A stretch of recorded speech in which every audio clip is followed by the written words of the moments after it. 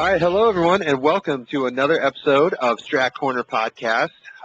Feels like just yesterday we started doing this, but I guess it's been a few months now. Starting to get deep into the character cast for Tekken.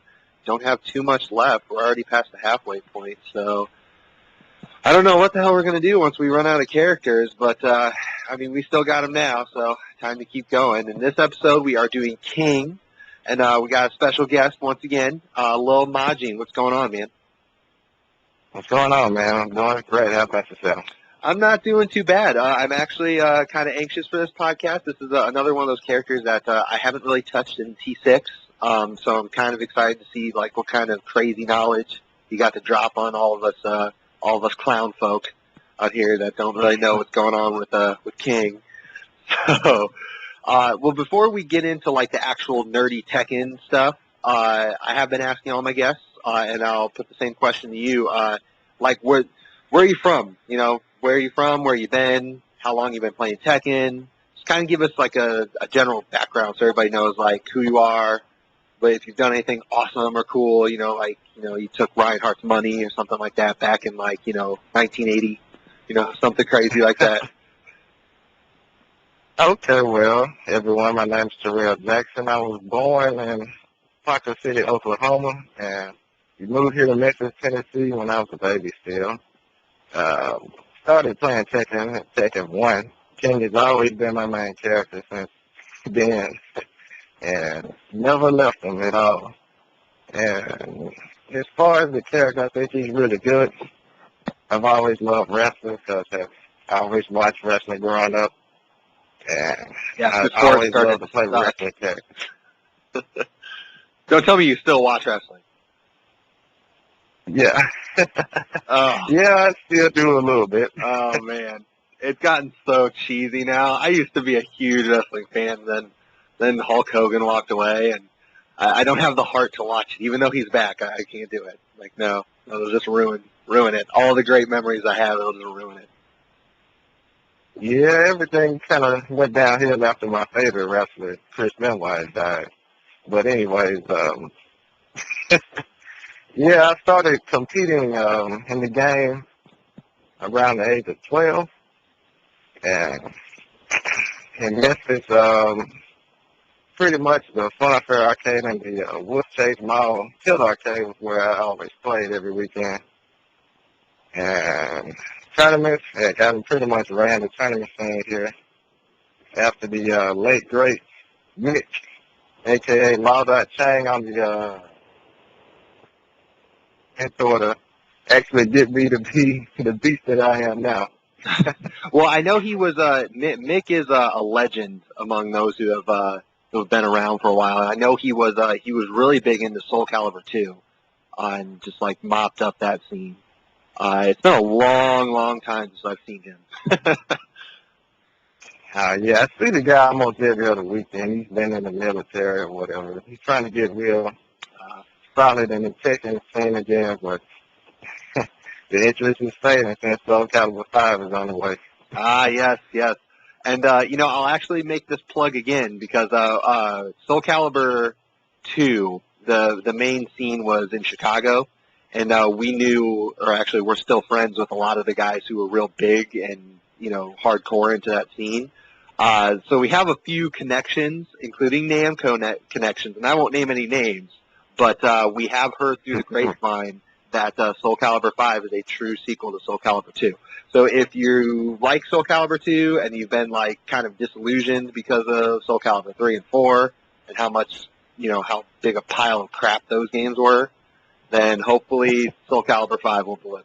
So I'll be playing it for sure, at least for a little bit until something breaks. So.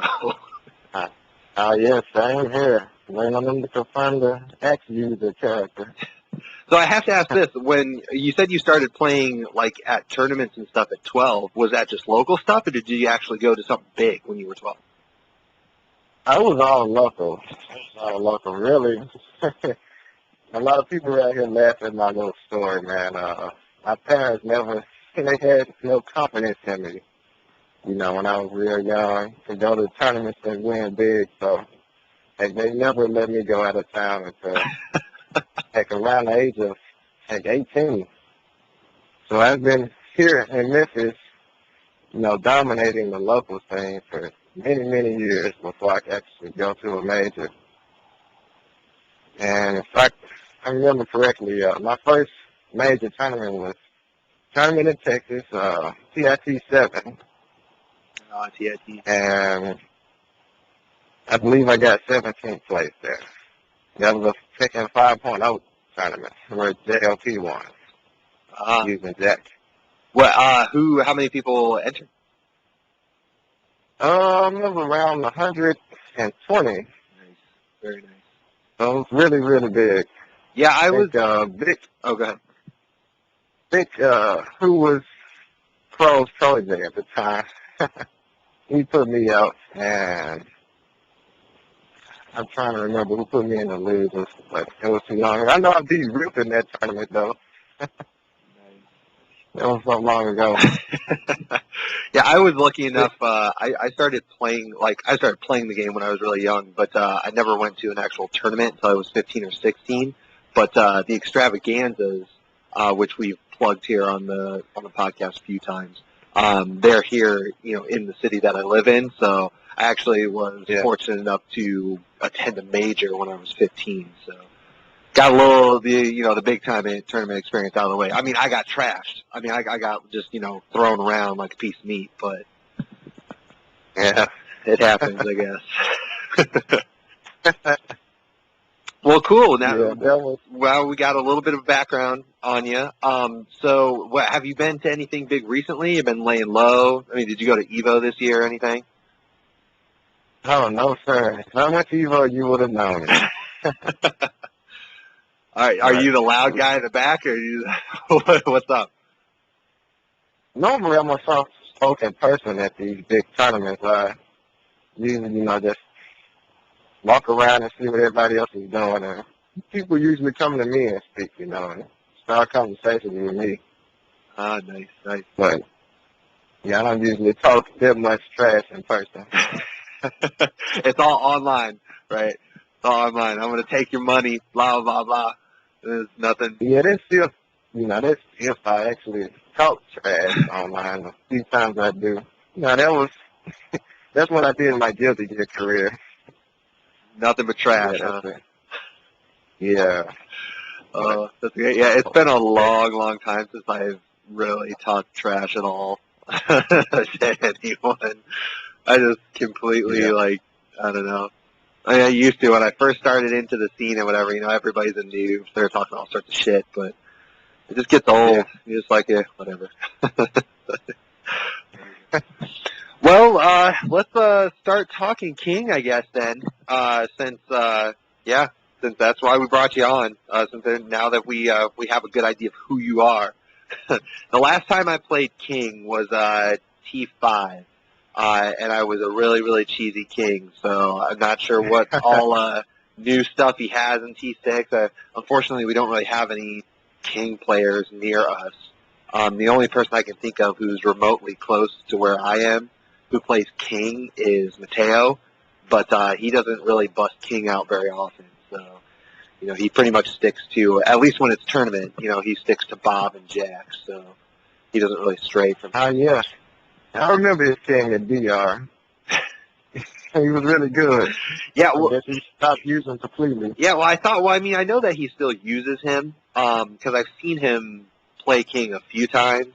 I thought at one point that he was like a secondary, but I guess not. I mean, from what he was telling me, he's like, no, I'm more of a Bob Jack guy, but, this little Majin dude, he'll give you the King knowledge.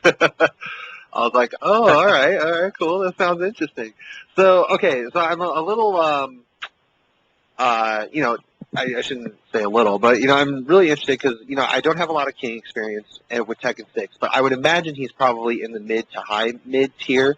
So let's just kind of start with a generic question.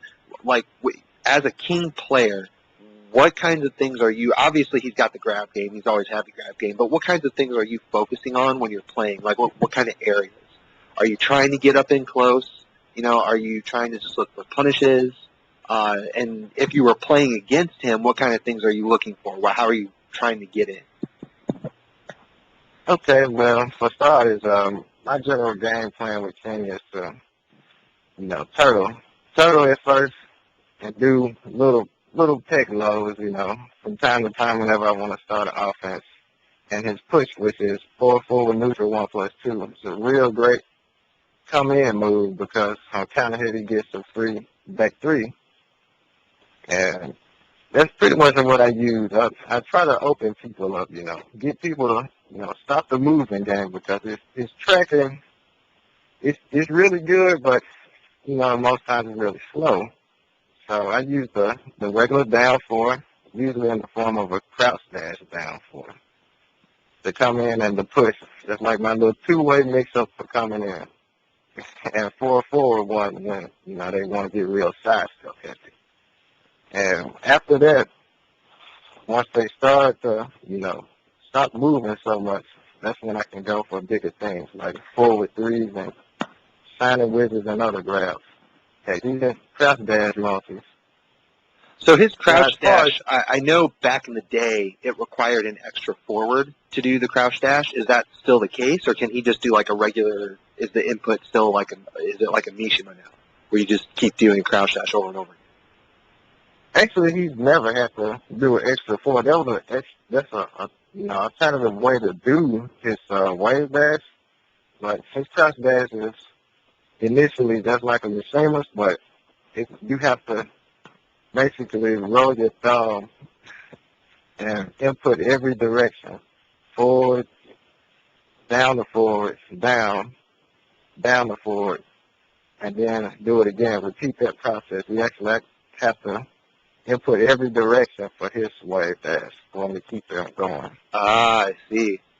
I used to always do you it. Never have to do the crouch dash extra forward, but that's interesting. No, you never had to do it that way.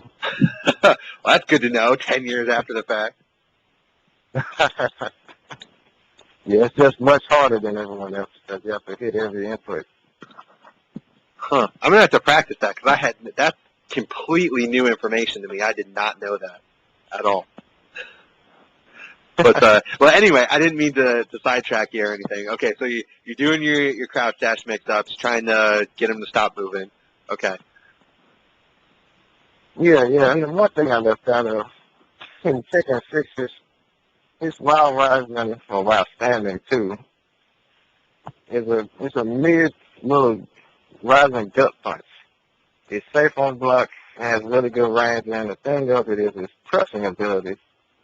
It crushes highs really well outside of, electrics. Because electrics are electric, but It's true. It can actually go under, magic fours and Steve's back one and all the 1-2 strings. So when people try to use, jabs or magic highs to keep me away, that's the alternative I come in with because if I get a counter hit and I get a good combo, around 70 points of damage. Now, as far as fighting against that play style, I just really turtle back or bring the fight to King because, heck, once he's coming in with all these tech attacks, honestly, mashing out hot kicks, they usually can beat out all of that, but people don't want to take that risk for reasons I know. But I have a student that does take those risks. I know how to get around it too. All right, well, let's talk about the people who want to take those risks then. And because the punishing game, I am actually, other than 2-1, just because I play Armor King and, 2-1 has been around forever. What else does he have for punishing? Like, what are his punishers? Like, it's because, this is directly relevant because if people start playing the hopkick game, you're gonna want to punish those. Do you just stick with the 2-1 at that point, or does he actually have like a? Oh wait, I guess he has a back one too, doesn't he? Yeah, he has that. Now, so I can go on with the frames for you. Okay, for 10 frames, he has 1, 2, or 2-1. They're both 26 damage with around the same, plus frames, plus 3. Plus Yeah, plus 6, I believe. And for 12, he has back 1-2, and that's 36 points of damage. And for 13 frames, he's still back 1-2. He gets back 1-2 all the way to 15 frames, which is, he gets up 4-4, the hot kick. And for moves that push back that are at least negative 17, he gets back 3. And that's pretty much all he's working with in that department. Now, if they are, negative 17 and recover crouching, then he has to go for down forward 1-2, which has really stupid range, by the way. Well, down forward 1-2 has been juicy ever since he's had it. So. Yeah, it's actually really, really good at Tekken 6 because of its tracking ability. Well, I know when I used to play King, which trust me, has been a while, so I'm definitely no expert. But that was pretty much the game plan. Is just throw out some grabs occasionally and down forward 1-2 a bunch. Yeah. So do you use the other one, down forward 2-1, very often, or do you usually just stick with down forward 1-2? Yeah. Now when I'm actually in close and the opponent, has a little offense started, in between the offense, when I see a gap, I try to go for as many down forward 2s as possible because down forward 2 in itself, it tracks both directions, but it can still be sidestepped. You know what I mean? It has tracking for left and right. It's really difficult to sidestep, but it still can be sidestepped. It's not a true homing move. Yeah, it's not a true homing attack. But I use that a lot, and, in attempts to catch a counter hit, because it's really, really hit a fireball and counter hit. But you have to really pay attention to the other characters that you're hitting it with, because sometimes you can get that confused with, a throw attempt, and you throw out the one, it can get ducked. Because it can be crouched, even on hit, non-counter hit. Mm-hmm. So that's, I pretty much use that move, the fish counter hit and stop people from stepping. Okay, so let's talk about other stuff then when you're up close. So you have your down forward 2s to keep them from sidestepping, and then you also have the down forward 1-2, which is just it's always been good. So what other stuff are you fishing for? Is that when you're throwing out the forward 3s, or do you just hold off on those? Because I know forward 3 is the main pickup option, I believe, for him. Is that right? Or did he have? Yeah. He's a really good character. He has so many good mids, so many good moves that are all safe. So it's not just limited to forward 3. I like forward 3 so much because, the damage, the obvious damage, and the guaranteed hit on the ground after it hits for around 40 to 50 points of damage. But, down forward 1-2s can kill you quickly if you're hitting them back to back trying to move or retaliate. And 4-4 neutral 1+2, the push, it's really good because that counter hit that fetch on the back 3, and that's really bad against the wall. Yeah, I've eaten a couple of those. They're not fun. Yeah. And his throw game is, obviously great. You can't break them all. So this is something I actually was really curious about because, the throw game, everyone knows about his throw game, and, he has a lot of options. And the typical mindset when you're playing against the king is, if your back is against the wall, break 1, and then you can start thinking about 2 breaks if your back is not against the wall. But if you, I want to talk about his wall game for a second because I know that he has that new wall grab where he just kind of goes all bonkers and just starts punching and kicking a bunch. Does that give really good Oki options after that, or do you typically do that at all, or is there something better out there once you wall splat, or how do you approach that? But his wall grab on this game, the Oki isn't really great, because King's Oki isn't really great in general. So the opponent can pretty much, recover safely. It's all just a mix-up from there. There's no real, if they get up as soon as possible, down forward, 4-3 is going to pick them up or something like that. He doesn't have any of that. And then they're at the range where the two jab, everything will. So you have to take a risk by, continuing offense. In most cases, if you do anything too slow, has the generic get up three and kind of hit you. So you have to really be limited with your offense after the wall grab.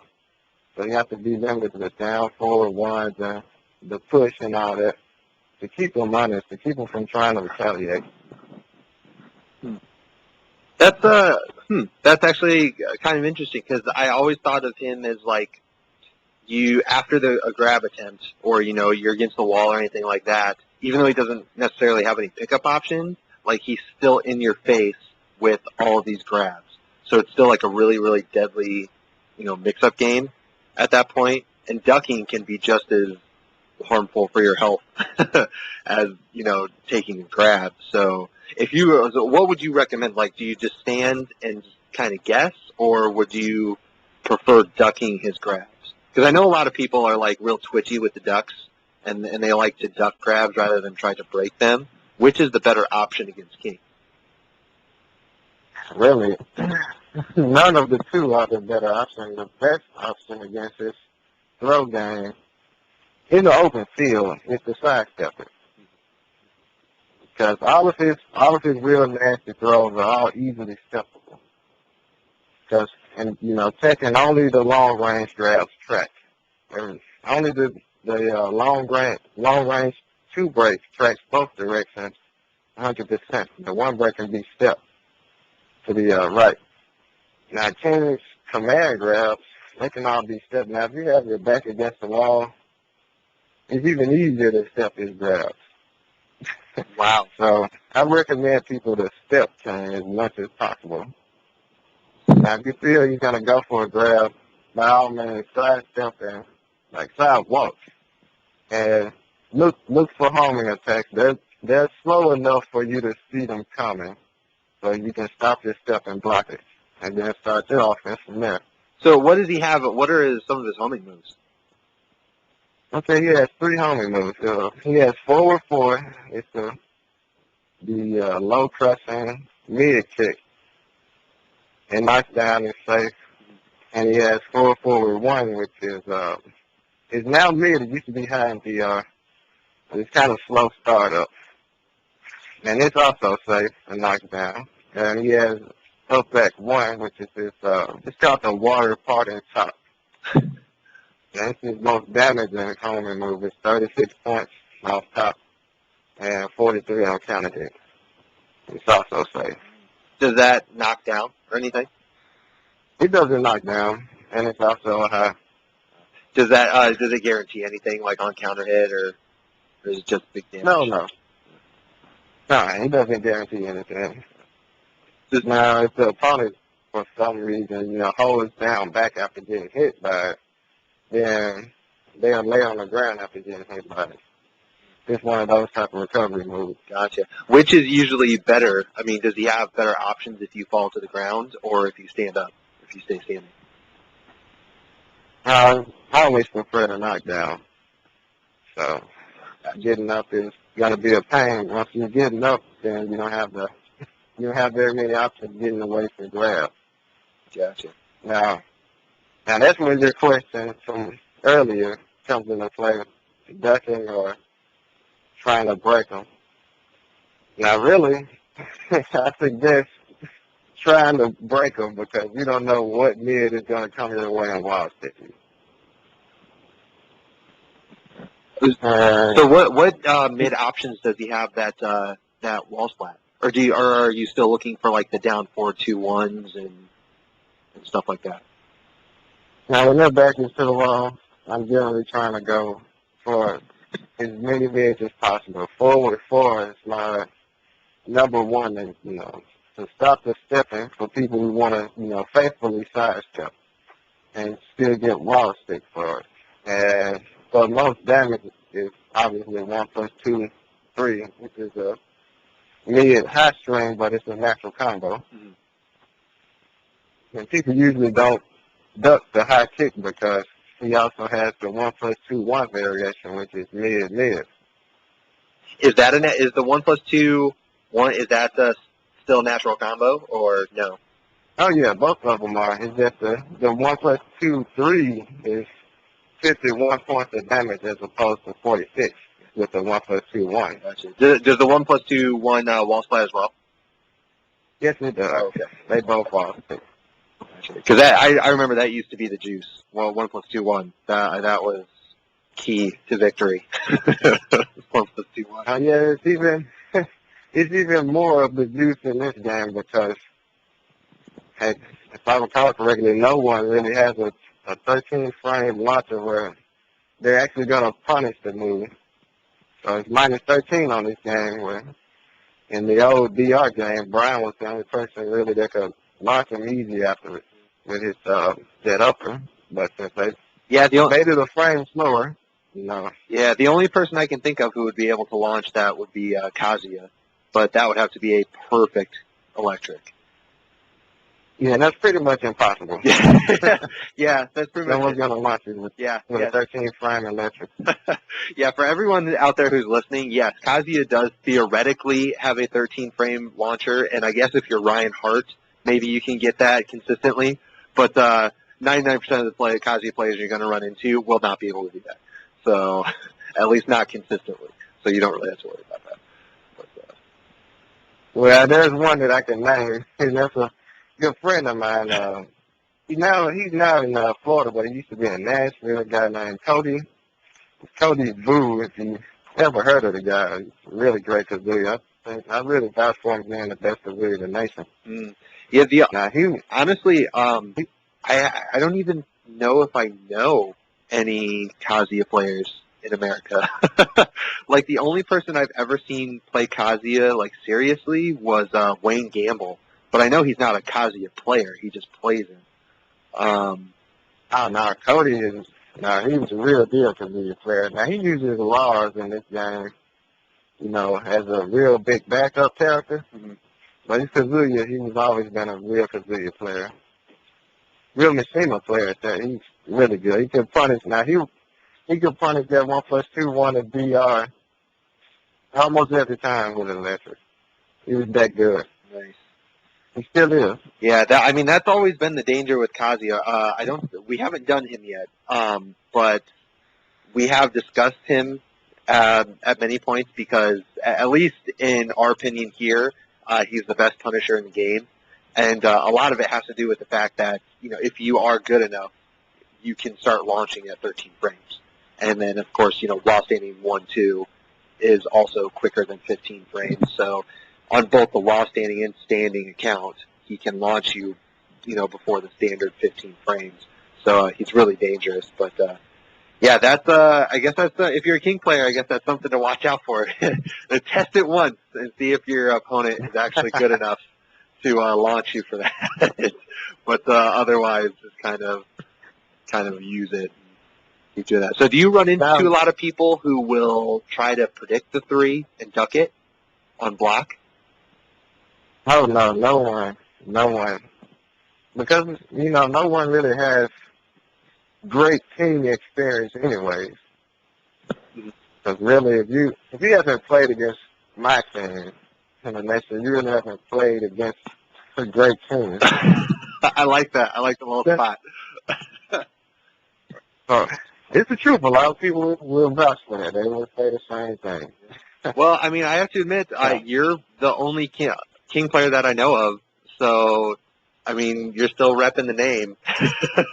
I don't know what happened, if people just stopped playing him or what, but I believe you. Let's put it that way. Yeah, now breaking, I suggested that people actually buckle up and try to break, the grabs when their back is turned. Because that's always either that or sidestepping.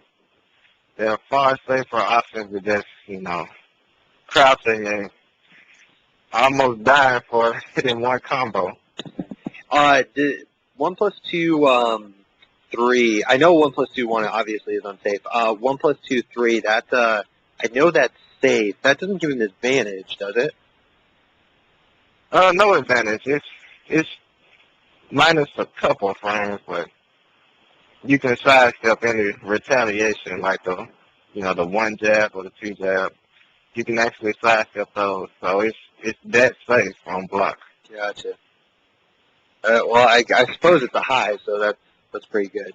Because I know Armor King has like the same. The animation is different, but for the most part, the inputs are the same because he has 1+2, which is the high safe version, and then 1+2, which actually I'm gonna look this up because I'm curious. I think that they are the exact same situations as Kings, because for Armor King, let's pull this up. 1+2 on block is -4, and 1+2 on block is -13. Yeah, they're actually Armor King's extensions are they're weakening things because he has the real unsafe media to throw out, and it doesn't wall stick. So yeah, that's true. That does suck. And I will actually throw this out there as well. The 1+2 Kings is better. They have the same tracking, but the 1+2 let's see here. It just has shitty range. I just know in general it has shitty range, but I was hoping maybe it would say somewhere here, but it doesn't. Oh well. But yeah, I would definitely prefer Kings over Armor Kings, but you take what you can get. Better tracking. Yeah, better tracking and both options knocked down, and the damage is ridiculous for both. Yeah. Whereas Armor Kings are weaker and more unsafe. Yeah, I do like 1+2 because I don't think with Kings you can't hit confirm it. I don't believe. Can you? You have to just go with it. Yeah, you have to just go with it. You could delay it for a little bit, but it's definitely not hit confirmable. Because I know with Armor Kings is hit confirmable, and I haven't. I've actually been kind of fucking around with other characters and haven't been playing Armor King lately. But when I was starting to mess around with doing wave dash into the 1+2 because it's mid.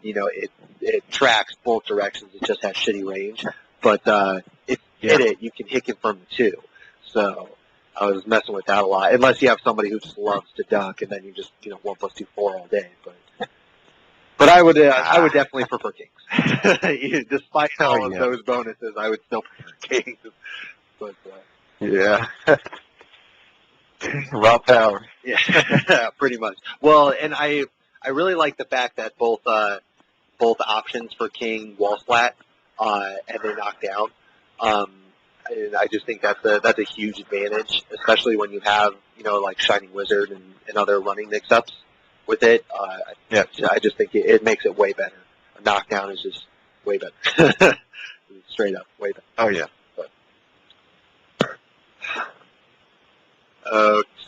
So next question, I guess. Did you have anything that you wanted to add to any of that?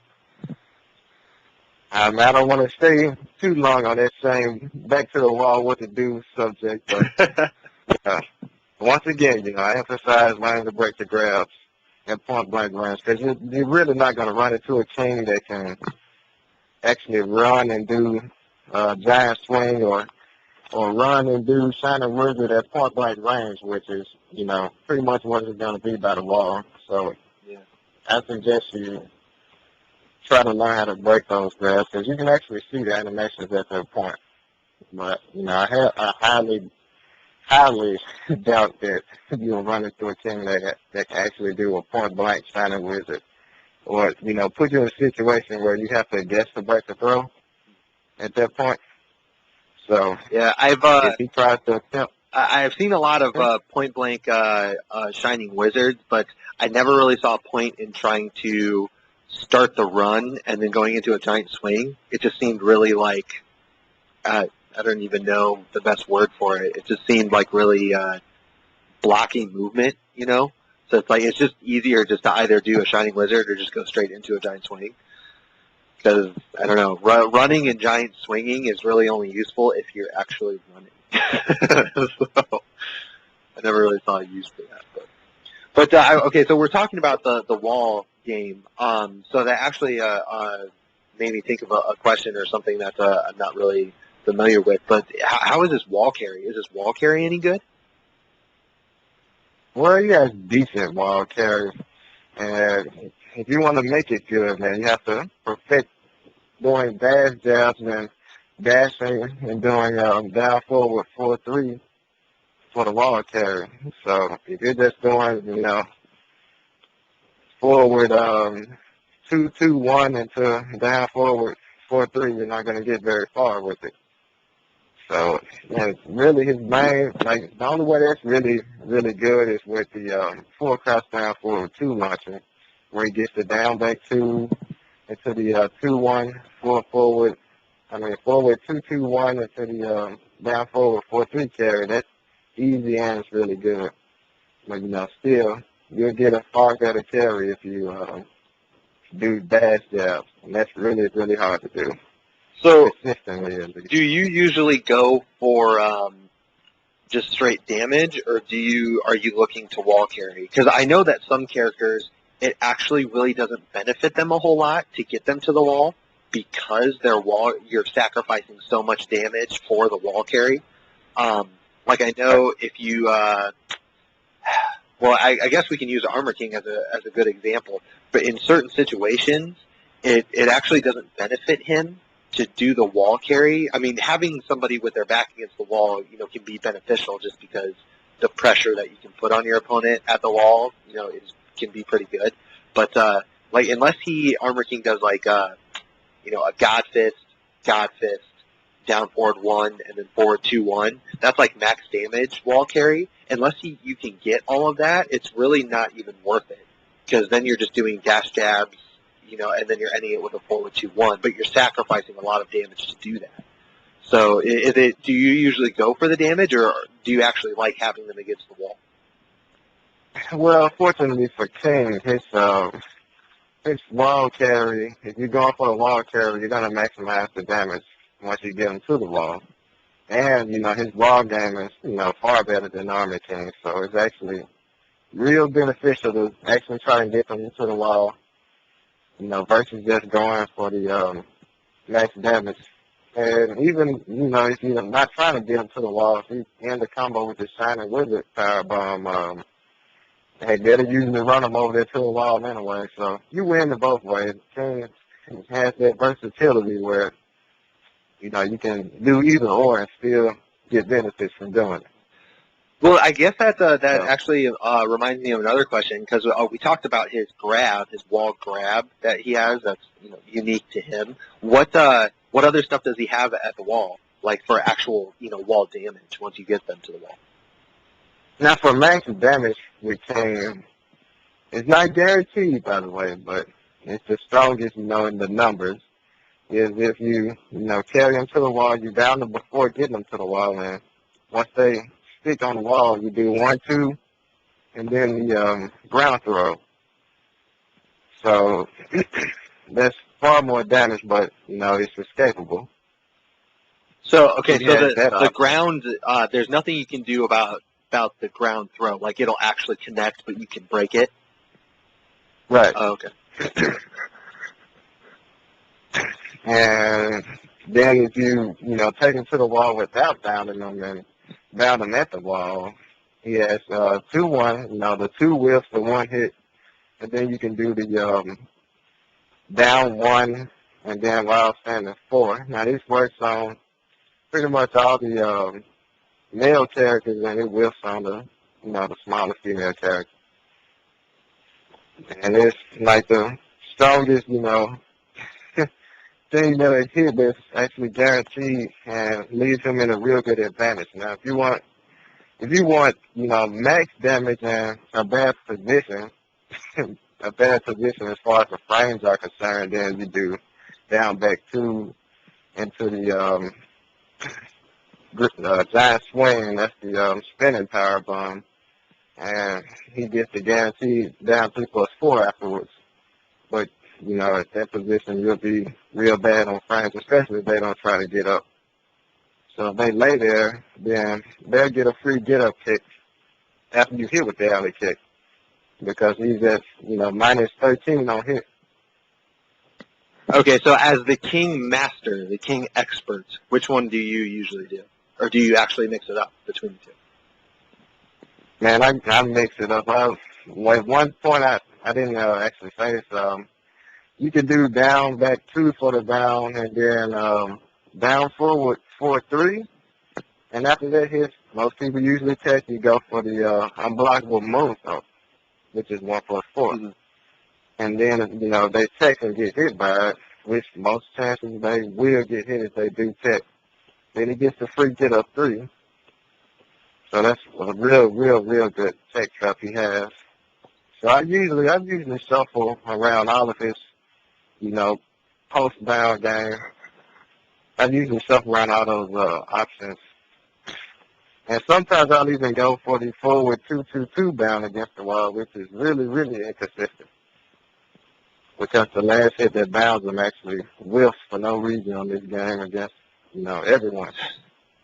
Even bigger characters it'll whiff?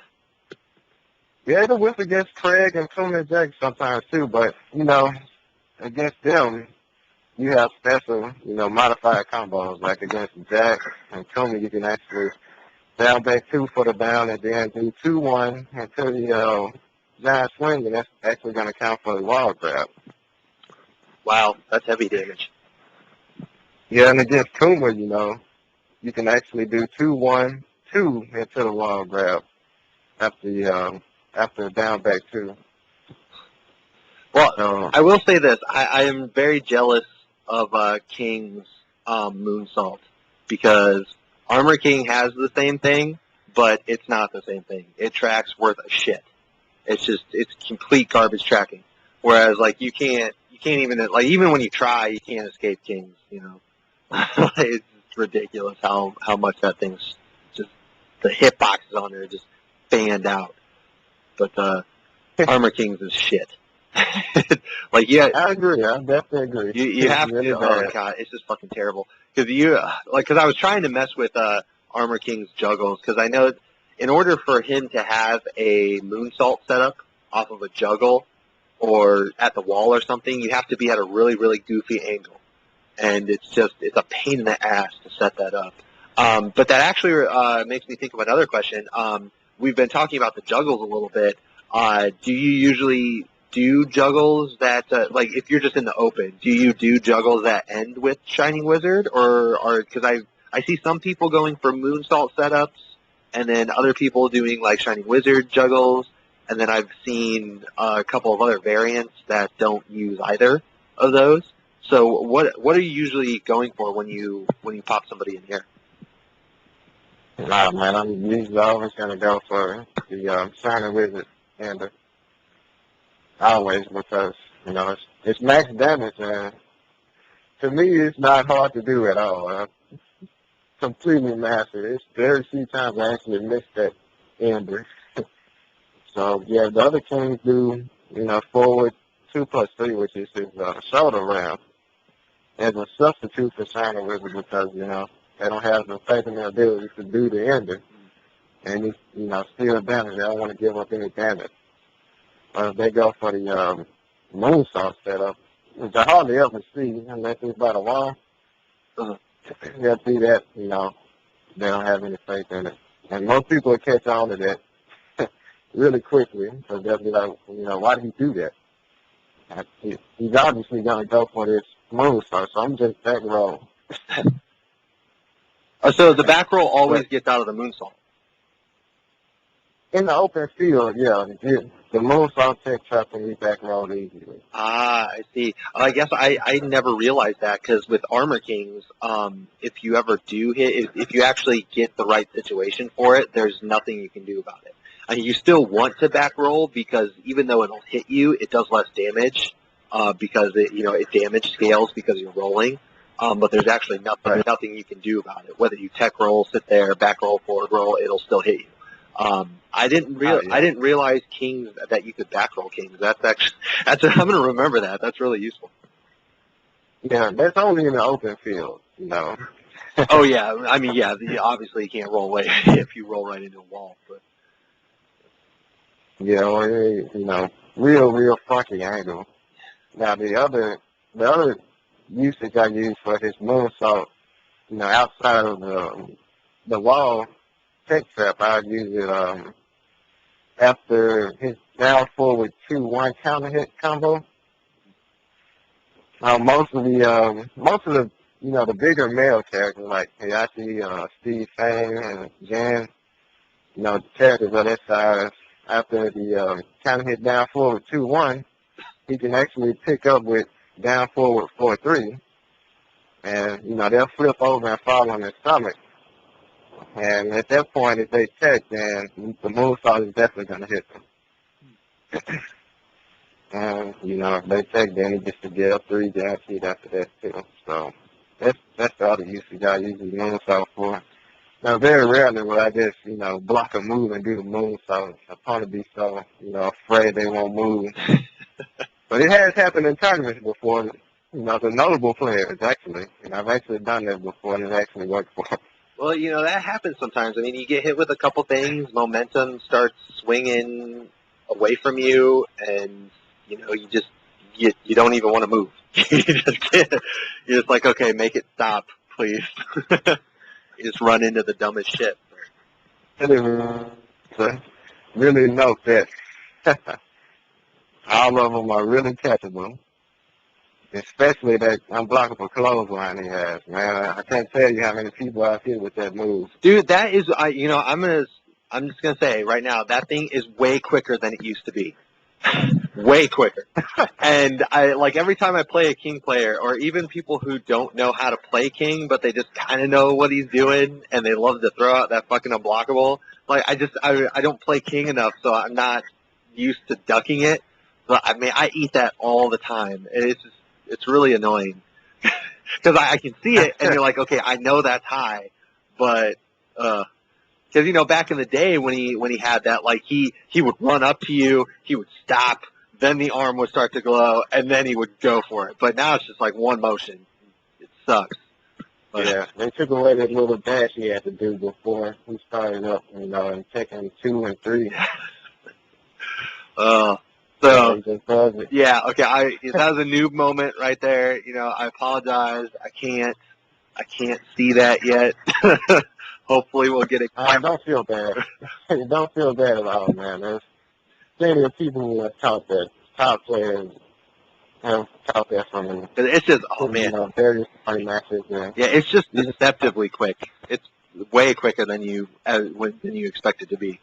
It's not. Yeah, psychologically, it's even quicker, if I'll sidestep one of your moves and then do it. Yeah, well, yeah, I guess you're not. That's usually when I do it.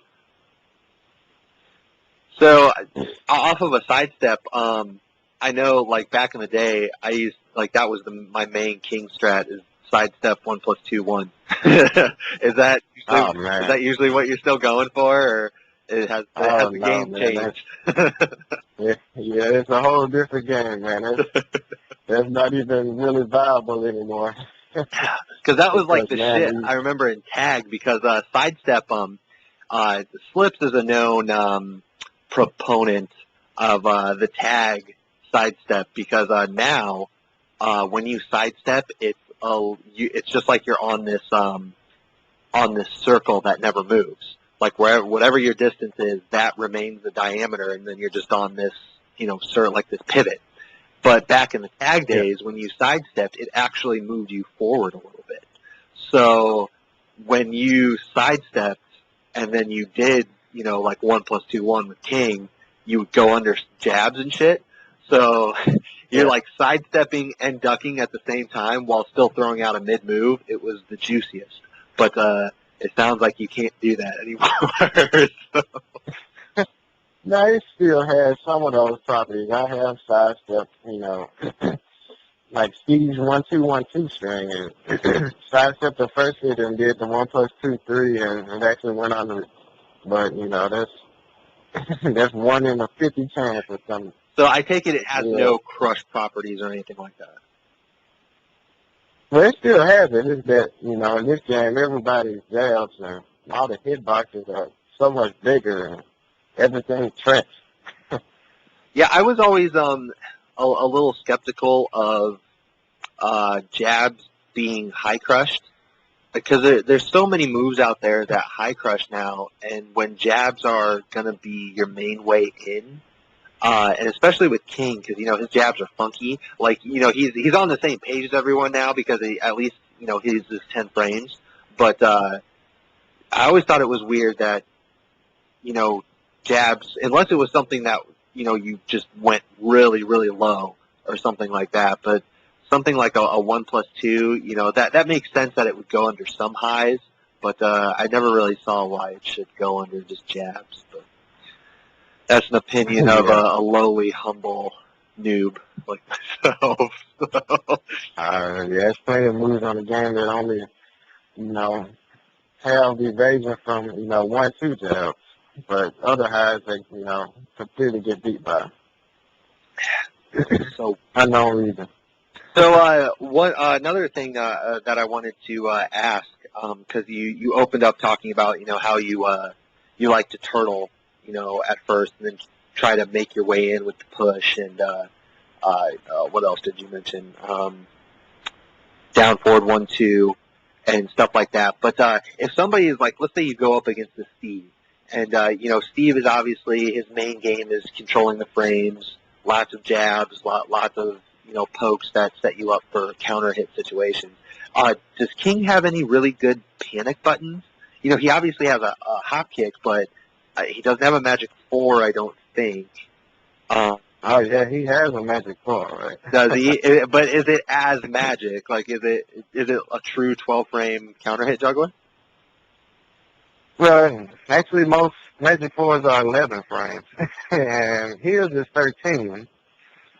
So it's not that much slower, and the combo he gets from it is really nasty. If you can just connect that dash jab after it and do the signing with it, he gets 86 points of damage. Oh wow, that's that is pretty good. And that's just one of his panic buttons. He has back one. It's a counter hit monster. My combo from it is 81 points of damage. Okay, so now I have to know, what's your combo? My combo is, I just do forward 2, and then wait for that to recover and do the 2 jab, and forward 2-2-2 for the down, and then sign it with 81 points. That seems pretty simple. But I guess the 4 is doing massive damage, too, on counter hit. But, yeah, it does. Because that's usually the thing with that. I honestly, in my opinion, I understand that, there's 12-hit counter hit juggle starters out there, and, like you said, some of them are 11. And I understand that they're part of the game, blah, blah, blah, blah, but I do think that even the characters I play have them, but I do think that they're bullshit. I don't think that they should be in the game. And one of the reasons that I think that is because on counter hit, they all do ridiculous damage. And not just total damage, but just the move itself. Like, I have to look it up now, because King's 4, okay, come on, give me this. Weird, it doesn't have just his standing 4 damage. Where the hell is it? Yeah, King's standing 4 is already, I believe it's 24 points of damage. Yeah, so then you multiply that by the counter hit. Non-counter hit. It's fucking ridiculous. Like, that is silly damage. And then you get to add to it. Ridiculous. Yeah, so he gets around the same damage as, most other characters do from their magic 4s. Oh, I would say he gets more. Because if you look at like a Lar, or not a Lars, Law, Law gets pretty beefy damage for how fast his 4 is, but it's not 80. I can tell you that right now. It's definitely not. Yeah, Law's max damage is 73.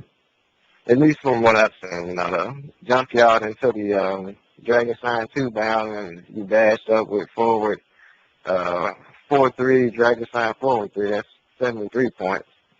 But it's it's a whole lot easier to do than King. Well, I usually cheese it out. I usually do his 4 and then the 3+4 twice, and then back 2-2. Yeah. But that's just cheesy and really easy. So and that's what I'm looking for. So Yeah. so okay. So you mentioned that Magic 4. He has back 1. Are those usually just the 2 panic buttons you use, or does he have other stuff? I wouldn't really call it panic button, but well, just for the sake of the conversation, I'd use it. Yeah, I use that once, as a keep out move, mainly. And whenever I feel, he's gonna continue his offense with something that he shouldn't continue with. So, yeah, back 1, I use that a lot. And his wild standing 1, I use wild rising 2, but not because it goes on so many highs faithfully. And the combo it gets from it is, 70 points of damage. So, from a safe move that, potentially crushes mids as well, I think he's really, really good at fighting Steve in this game as opposed to, DR and all the way up to forward jab for him with like 8 frames and all that. Yeah. So okay, so it's not a problem at all. Out of curiosity, do you ever use his parries or his reversals? Oh man, when I'm really feeling confident, I use this reversal because Steve, most Steves use the down forward too as his main, offensive move, just really as his main move because, counter hit is so many benefits and the strong combo off of it and it tracks both directions and it's safe with a lot of good range. So, hella range. I use it to stop that move. Yeah, that move is funny. In general, I eat Steve for breakfast. I've never lost to a Steve in this game. Like, no one, not even then. Wow. That's a pretty hardcore statement. All the evidence is on YouTube. Oh, okay. Call him a YouTube bitch. I see. Okay, well, that's a pretty good description, I think, of his panic buttons. So, are you, out of curiosity, just because I know, King is mostly, at least in my eyes, he's looking for counter hits or he's trying to just do mid poke damage and kind of, set up for his grab game. But do you ever, just throw out regular launchers, like hop kicks and stuff? Because there's so many people out there that are hop kick happy. But do you typically go for any of those types of launchers, or are you just poking and trying to fish for stuff? Yeah, I'm generally a poking kind of guy. I enjoy to open people up, basically, with, little pokes and throw attempts and all that. But I generally don't just throw out hop kicks because, in my eyes, I see it as just throwing away, the damage, whenever I get punished for doing it. Because most people are just going to block it anyways. Or just step it. At least, in higher competition, it's real easy to bait. Now, when my life is low and, I feel they're going to go for a lower throw or something, I might throw it out there. But, generally, in the opening of a match or midway through, I don't usually just throw them down. I only use it for punishing, block moves or moves I sidestep. Gotcha. So since I kind of threw out the topic of hop kicks, what I know Jaguar step it goes over lows. Does he have any other really, really good low crushes? And that actually leads me to another question too. Do you use Jaguar step very often? I use Jaguar step actually a lot. mostly after the counter hit down forward 2 combo, which is down forward 2-1, down 3+4-2, and if they tech, then he gets a free Jaguar stance attempt to go for either the Jaguar 2, the down forward 4, or his multi-grab from it. So I usually use it from there. from that little combo, and they have to guess between the multi-starter, and if they duck, then he still gets a free crouch grab multi attempt, because when Jaguar 2 connects on a crouching opponent, he gets a free crouch grab attempt. So he can start a multi-grab from that with down forward plus 1+3 or 2+4. Nice. So that's when I use it. And since I land a lot of counter hit down forward too, then I usually always attempt to go for a Jaguar after that. Nice. So you're usually most people always take. So whenever you use Jaguar step, you're typically only doing that like after, or I shouldn't say after, but like in situations where it's guaranteed. You're not just throwing it out. You're making sure you're doing it when there's nothing they can do about it. Yeah, I'm a real technical player, and I'm usually trying to always, do things that's safe for me, safe to throw out. I don't usually take big risks like that. Now, there are some times where I do, this Jaguar step in someone's face after their recovery from a move on block and go for the mix-up there. But generally, no, it's always from the counter hit down forward 2-1 combo. Gotcha. So back to my original question then, because I know that Jaguar step jumps over stuff.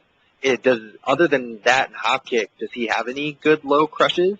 I guess I should say I also know that capital punishment, the overhead, the double knuckle. Yeah, I never used that move. Oh, come on, man, that's old school. You got to use that every once in a while. No, it can catch. It does catch people who are in the background trying to do the little backdash counseling. It does hit people. Yeah. Sometimes. Well, it also gives you frames on block, so. +1 isn't much, but. But so what else does he have then to deal with people who like to spam lows?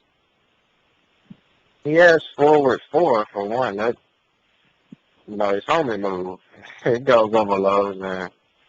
Up forward 3, that also is really good. It's actually a good move to throw out a lot, because on block they only get a free ground hit. And it has to be a quick ground hit. And from max range on block, it's safe. And it does 30 points of damage every time it hits. So you'll have to jog my memory. What is up forward 3? Is that new? Up forward 3 is that was the new move he got on Tekken 5. It's the spinning wheel kick, where he just falls on the floor. Oh yeah, okay, yes, okay. I know what it is now.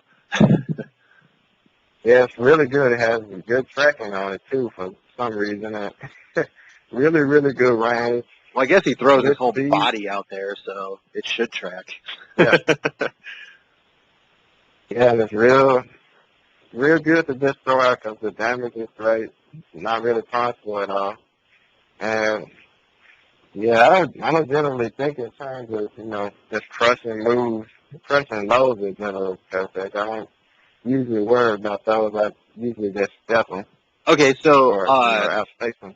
I mean, there are a lot of lows out there that track. So are you usually looking to block and punish, or maybe low parry? Because I know for some characters it's actually more beneficial to just block and punish, because their punishing game is a lot better than whatever they might happen to get on a parry. So which is King a better block punisher, or is he going to get potentially more off of the low parry? Well, generally, it's definitely the low parry, man. For the generic lows that no one can punish hard on block, it's always better the low parry. Like, for example, King's down forward 4 low, or his full crouch, or down 4, or any down 4 he has, and really, definitely his down back 4, which is the little low drop kick he has. They are, far better to low parry than to block. So any little peck low, I try to low parry those, or just step them completely out, high kick much. So Yeah, and on block, those are, the big punishable, minus 15 and above loads. So if I feel the opponent is trying to, just create a little offense or to be annoying with little tech moves, I try to low parry those. Now, if I feel they're trying to go big, then I'm going to really try and block and not punish. All right. Well, that actually leads me into another question because you're talking about all these little tick pokes for lows and stuff like that. We haven't really addressed that for King. You mentioned his generic, just the down 4 a lot. Are you doing? Do you typically do a lot of other things outside of that? Just the down 4, or does he have any really other good low ticks? Because I know he has like some of the bigger lows, like down back 3. What's the hand trip? What is it? Full crouch, down forward 1. Is that right? I think. Yeah, that's right. Yeah. So, what else does he have for just like quick pokes? The ollie kick I know, and we had a discussion about that actually a long time ago, because my co-host of yesteryear, he's kind of been in some kind of moving issues, so he hasn't been able to be on the show for a while. But he claimed that ollie kick was launch punishable on hit, which is bullshit. I don't think that's right.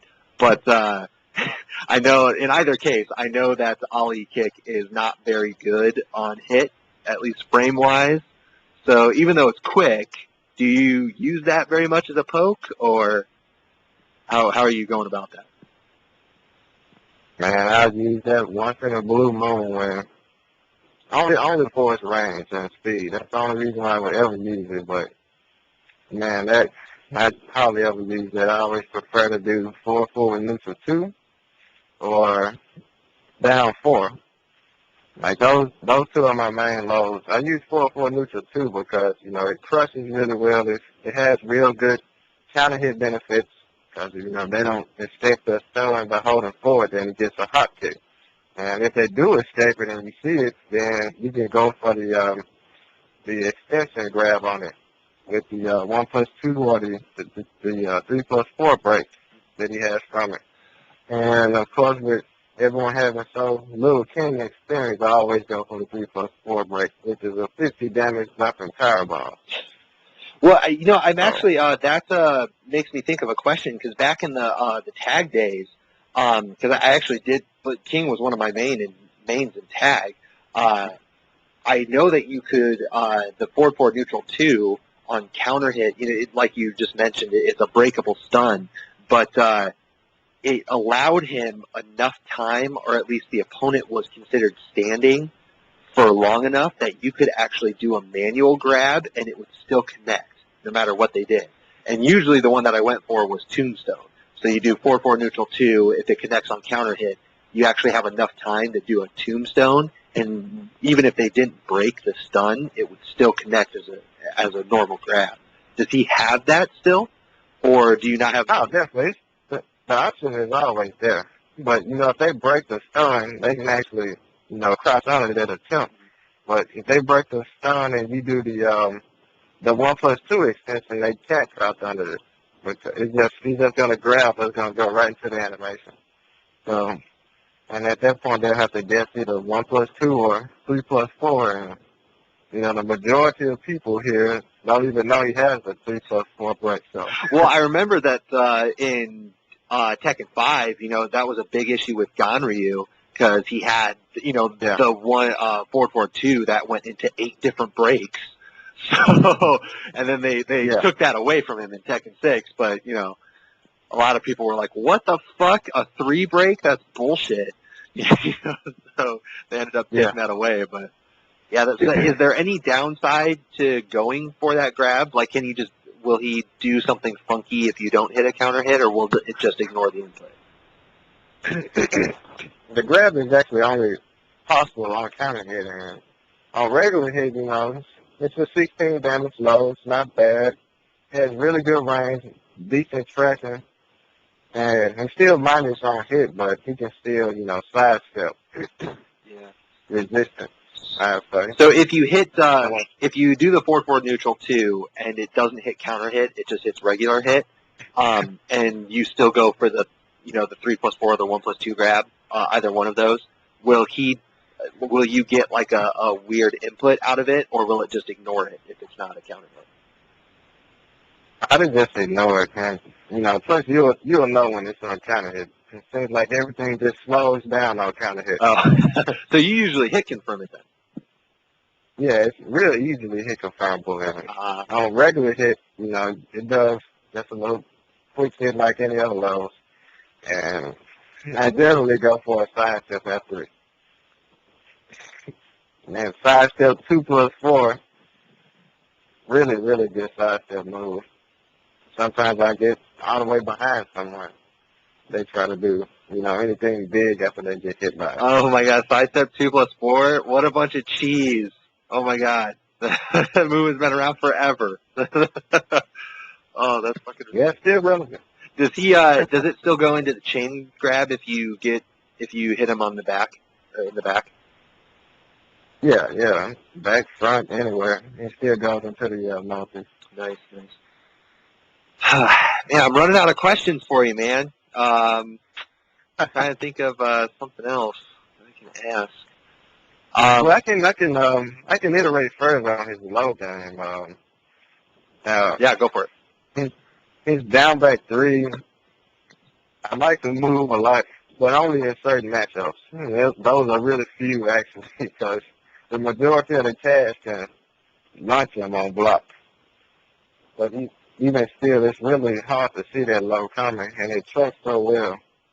And it high crushes on him too, right? Yeah, that's a really good high crushing move.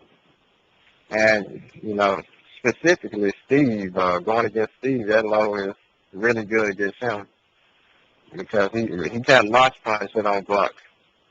That's true, but while standing 1-2 is really nasty. It's not that nasty. Oh, I don't know.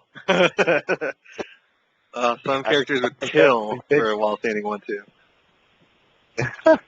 Yeah, some would, but Steve, man, his punishing game is just not good at all. He can punish lows with a wild standing 1-2, but that's not enough to make me stop using down back three. As opposed to fighting, hop kicking characters, the characters that can match punish him. And his full cast down 4-1. For all intents and purposes, I don't know why people don't low pair that move. Well, a lot of people don't think about it. Like I know for me, for instance, it's safe on block, so there's really nothing you can do to punish it.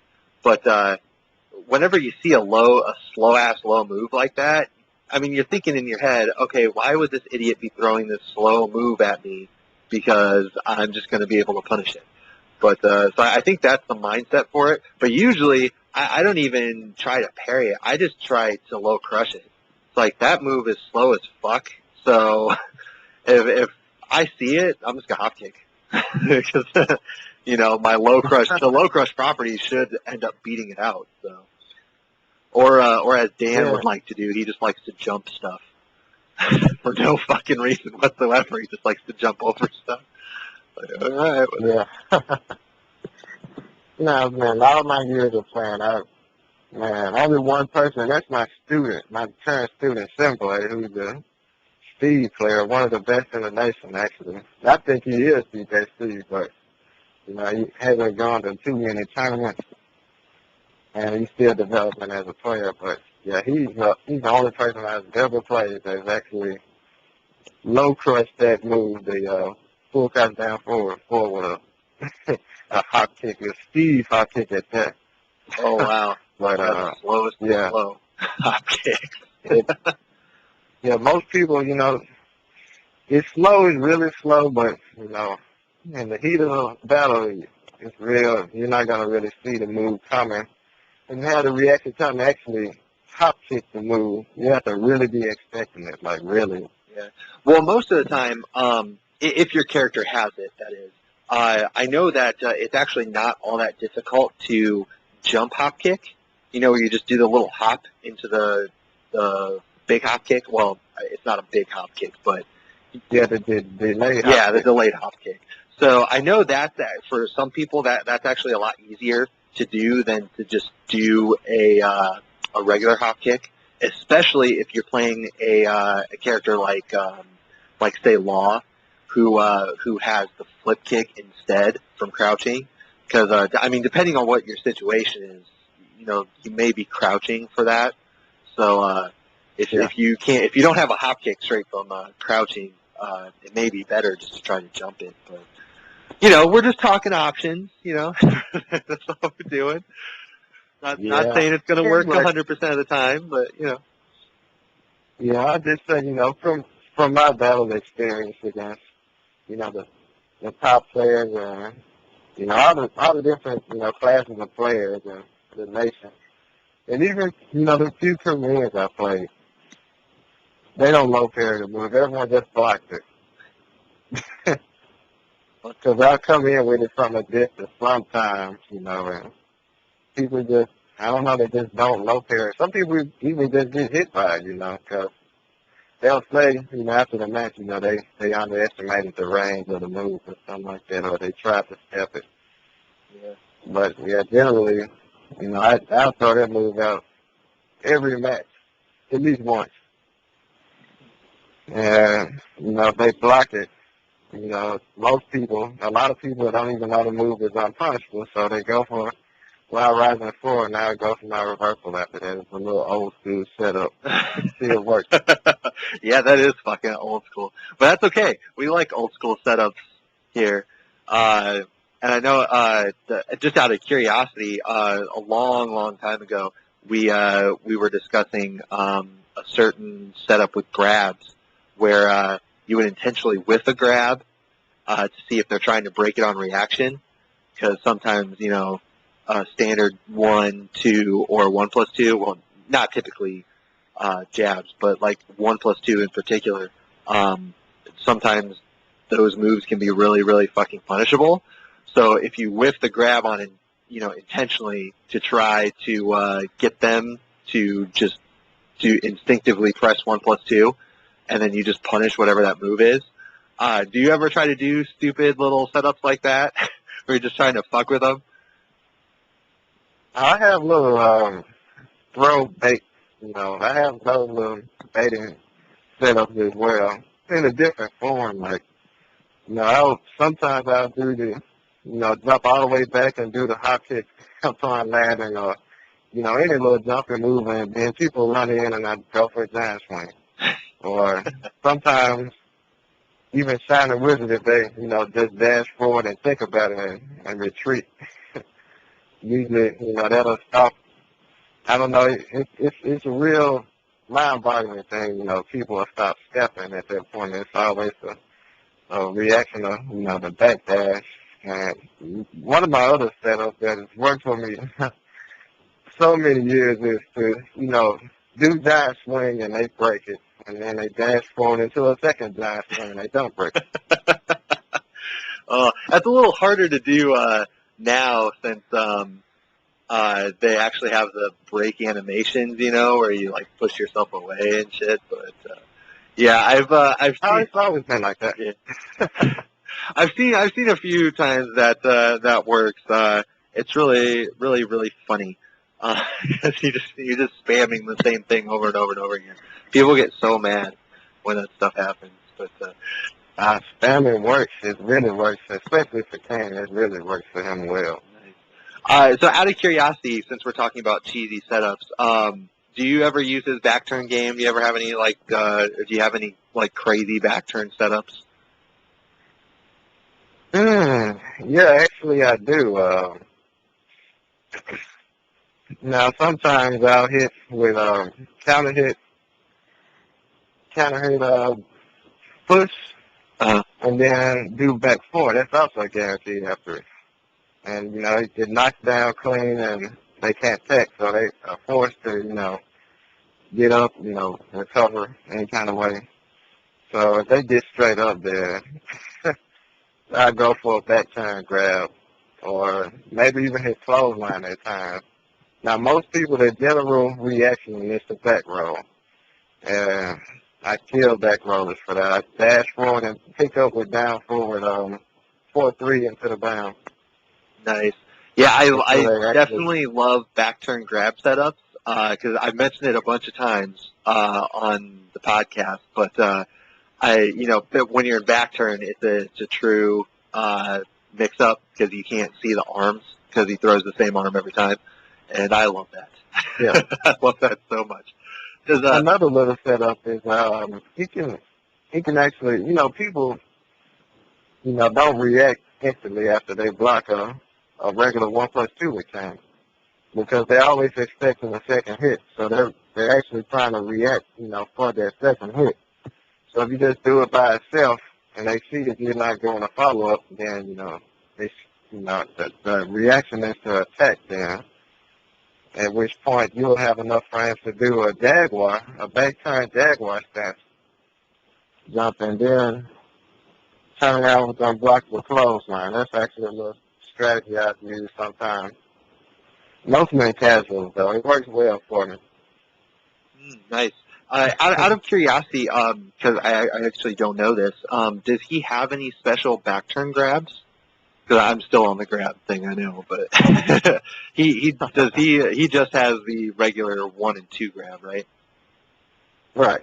Because You don't have those. I picked up Fang not too long ago, just messing around with him, whatever, and he has the 1+2 break from back turn, which I think is a bunch of bullshit because he can't really, like, I don't know. Fang is a weird character, but I always thought it was weird because he doesn't really have a whole lot of, I don't know, back turn setups, to get him into back turn without, kind of at that perfect range for where he can use grabs. Yeah. And I always thought it was weird that he had a 1+2 back throw.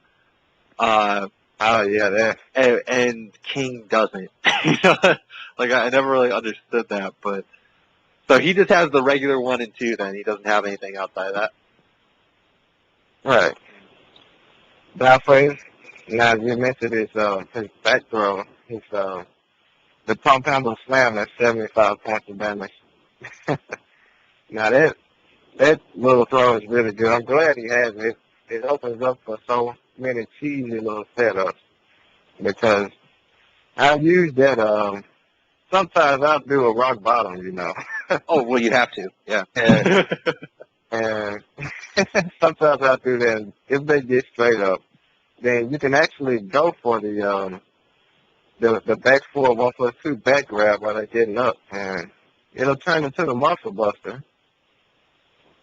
So at that point, you can actually mix up with either giant swing or that, and it'll be a true, guessing game. Like anytime the opponent is, recovering and they have to, like the face toward position on wake up, they get straight up there, and you can actually go for the back 4 1+2 back throw, and it'll turn into a muscle buster. So I was not aware of that. Yeah, it'll be a 1+2 break, and at that point, it's, you can easily do a giant swing mix-up. So generally, I can do that, There's just one of the setups. Well, that actually So, yeah, so many. makes me think of another question. Kind of to go back to a subject we talked about a while ago. We were talking about his Oki a little bit. So he can pick up on back rollers, with the down forward. Was it 3-4 or 4-3? It's down 4-3. 4-3. So he doesn't have any setups then, just regular, like out in the open, regular that he can use that to pick up just if they try to stand. And so if they try to stand, yeah, he has one for the down forward 4-3 that I can name right now. It's not coming to me. It's after his air giant swing. The standing powerbomb he has. Yeah. If they try to recover, they try to get up in any kind of way, then down forward 4-3 actually picks up from that. But that's not real. I guess I'm curious. Like, is there any real reason to modify like any juggles or anything to try to get the down forward 4-3 pickup, or is it just not worth it? It's actually worth it in certain situations. Like from hop kick, you can modify a combo. You can do hop kick, standing 4, back 2, 1+2 for the down. Then you have to tap forward neutral 2-1 into the giant swing. And that'll be a 71 damage combo. And he gets a guaranteed alley kick, after that anyways. So if they get up from the alley kick, it's, 8 points of damage. So it'll be 7-9, which is, the same damage as his, I'll say his feasible max damage, Shining Wizard ending, which is, forward 3, 1 into forward 2-2-2, then Shining Wizard after hot kick. That sounds like a much easier juggle than doing the giant swing one. Do you ever mix those up, or do you usually just almost always do the Shining Wizard? I mix them up, actually. I'll do either or. Because my main hop kick combo is usually, hop kick forward 2-2. That's the 76 damage combo. That's what I usually do. But sometimes I actually do the 4. Yeah, the 4 is, actually going 4 into the bound and 2-1 down swing. It's actually a lot easier than doing Shining Wizard. The only problem with it is, you have to have a front launch. You can't have it off axis and have the whole combo hit. Gotcha. So if a move is, -15, that's generally the combo I do from it. When you know for sure it's gonna. Yeah, and I know for sure I'm gonna get the front launch. Gotcha. Well, I think I've run out of questions. Like that was all I had. Was there anything that we missed, or maybe just glossed over that you wanted to expand on, or do you think we covered it pretty well? Oh man, I could write a book about Kane. Honestly, there's a lot of things I could actually still talk about, but a general overview of the character, I think, did quite well. Covered all his punishing, except for lows. He punishes the average -12 low. He gets wild standing 4, and he wants a launch for some -15. He gets hop kick or a full pass down forward 2.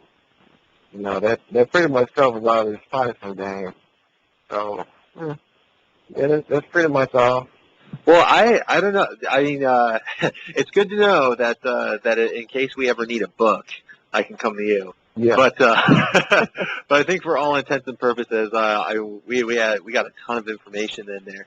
So usually the question I ask after we get talking about all the technical stuff, where do you put him on the tier list? Because like I said, I don't have a lot of King experience, but I always thought of him as like a mid-tier character who's knocking on the door for high mid. Do you put him higher at that, or where do you put him? I agree with Nin, who initially, thought that King was, top 5 in the game. And I heavily agree with that. I think honestly, King is, a lot better than Bob. I honestly think that. Well, I agree. I think a lot of characters are better than Bob. I really think that, at full potential, King can do a lot better than a lot of the top tiers, like Steve and Lars too, even Lars. And that's crazy to say, but I can still make the argument. He has so many good moves. His tracking is really great. And, he has the best throw game in Tekken. So, and his strikes are really great. So I'm thinking, if you put 2 and 2 together, that should actually be just as formidable as just a character that has, great punishing and, great mid moves and great tracking and all that. When, he has the same thing and you add the best grabs into it and so many cheesy setups. See, a lot of people, they just look at King as, just throws and then bad tracking, bad lows. But honestly, he has a whole lot more than that. Yeah, I have heard the lack of lows being, or I shouldn't say lack of lows, the lack of really, really strong lows being one of the main things. So what do you think are his big areas of concern then? Like if you were to have your pick in Tag 2, let's say, and they came to you and they're like, okay, we want to make King the best character in the game. What can we give him that would make him a complete character so that he would have everything? Well, what area would you pick? Honestly, I would go for the lows as well. Like, I think really the only thing I honestly think he's missing is just a quick little standing low that hits people on the ground. That's really all. Like, Armor King's down 3. If King had that, I'd be completely happy. All right then. Well, I think that's like the only thing he's missing. I know everybody wishes that they had Elisa or Brian down back 3 because that's probably the best low poke in the game. But especially Elisa's fucking dumb character. But anyway, with that, I would agree that a low would really help him from what I know. However, I think that you can make the argument that because his grab game is so good, that you don't always necessarily need it. I mean, it does help in the situation where, if they're lying on the ground and everything. But, like you said, he does have those cheesy setups.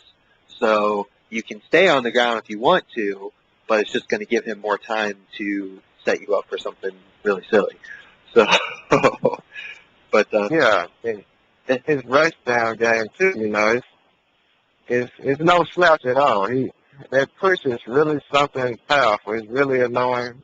It's just great. It's a move. It just stops so many things, and it's such a good move to come in with. It does no damage on hit, but the push frames always count. And, you're going to land a lot of those on counter hit against anybody. A lot of times. Nice. And, for some reasons, it has good tracking too. It can be still, but, I've seen a lot of people get counter hit, after sidestepping. It looks like he's pushing, nothing, but he's actually hitting you on the side. Well, that's one thing that a lot of players will forget is that even if a character has good tracking or whatever, or a move has good tracking, unless it's a true homing move, there are times where that can be stepped. Where you can step something. So even though it's possible to step a move, that doesn't mean that it's not good or that you can't use it against the sidestep or whatever. So. Yeah, that's obviously like a mind trap for a lot of people playing this Tekken 6. They feel that if it's not a homing move, then why throw it out? Or and they look at the characters, Bob and Lars and Steve and Law. They're just too good, and there's no reason to play with anybody else. When history has shown otherwise that. Those characters can lose. We send our best players over to different countries, and what happens. Yeah. When they fight these other characters. Yeah. Well, it's funny because despite what I just said, the opposite is true as well. Which is one thing for new players or people trying to pick up the game, whatever. I can't stress it enough to say that there's always a situation for something. And somebody mentioned a couple podcasts ago, who was it? I think it was Kane. Somebody he mentioned we were talking about tracking, and he was like, and he mentioned Lars down back 2-1. And, you know, a lot of people talk about Lars, you know, how good he is, blah, blah, blah, whatever. And I think he has a really big sidestep issue. And a lot of people like to throw out down back 2-1, and kind of the opposite of what we were just talking about with King, where, you know, even though you can step it, you can still use it as a tracking move. You know, a lot of people seem to have this idea that if it's supposed to be a tracking move or a homing move, that you shouldn't even try to sidestep it, and that's not true at all. And I like to use Lars as an example because down back 2-1, you can step that. And it's hard, and, you know, it's not something that, you know, you're going to do 100% of the time if you're just sitting there sidestepping. But you have enough time to sidestep the 1 and then hop kick before the 2 comes out. I wouldn't recommend doing the hop kick. I would recommend doing something else like a 12-framer or even just jabs. But, you know, so it's not perfect. You know, and nothing is, you know, there's a lot of paper fighters out there, theory fighters, that's like, Yeah. they don't like to get outside of, you know, whatever it is on paper. And, you know, you have to mess with that stuff. You have to just make things unpredictable. And, Yeah, I swear I argue with theory fighters all the time. They all live here in Memphis too. You know, I argue with, you know, people that's just so for the paper, you know. And really, it's really escalated after what happened in Evo. That, you know, 4 Bobs and 2 Laws in top 8, and 1 Brian and 1 Pavilion. Because all top tiers and top 8 except for Pavilion. yeah. And I think that was Hart, wasn't it? Wasn't that Ryan Hart? It was Ryan Hart. Yeah, of course, dear. Best fucking Mishima player in the world. But yeah, everyone's been arguing with me about, you know, Bob and that chop and Bob and the hell sweep and all that. Oh, man. Like, man. Well, when we were there and we were watching, you know, finals and whatnot, and man, I just felt so bad because, well, first of all, it was really fucking boring because Bob matchup. Well, Bob just in general is a really boring character, but Bob, I see him as being in top tier, sort of. I actually, I don't know. I keep bouncing back and forth. I think he's either at the bottom of top tier or he's high mid looking in. But I think it was the players that were making that character look so good and not just the character itself. But Exactly.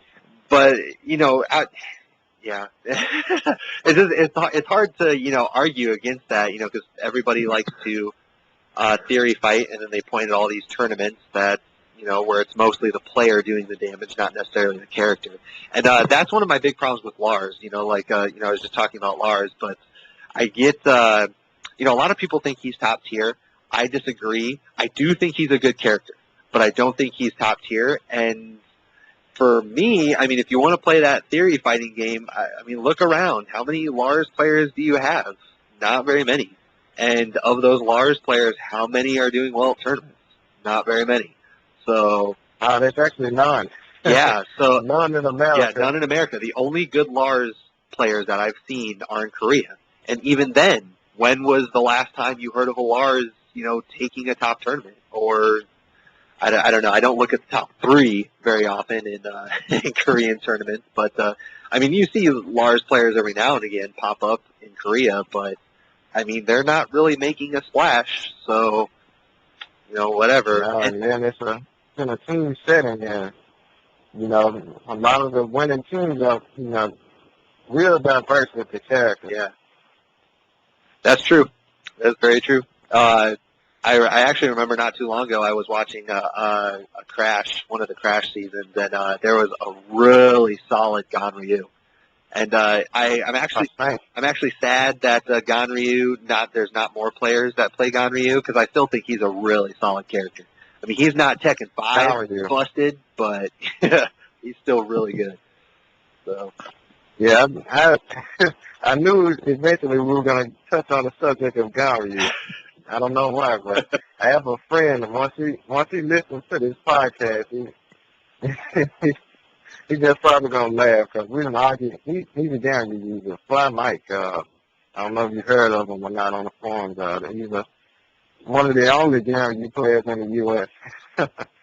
and he's been bashing the character so much. He bashes the character? Actually, he bashes him because, here in Memphis we got, my student, he plays Steve, and my brother, watching SSJ6 Goku, he plays Lars, Then we got a couple other people, play Bob, all top tiers, Mick plays Julia, and Lo.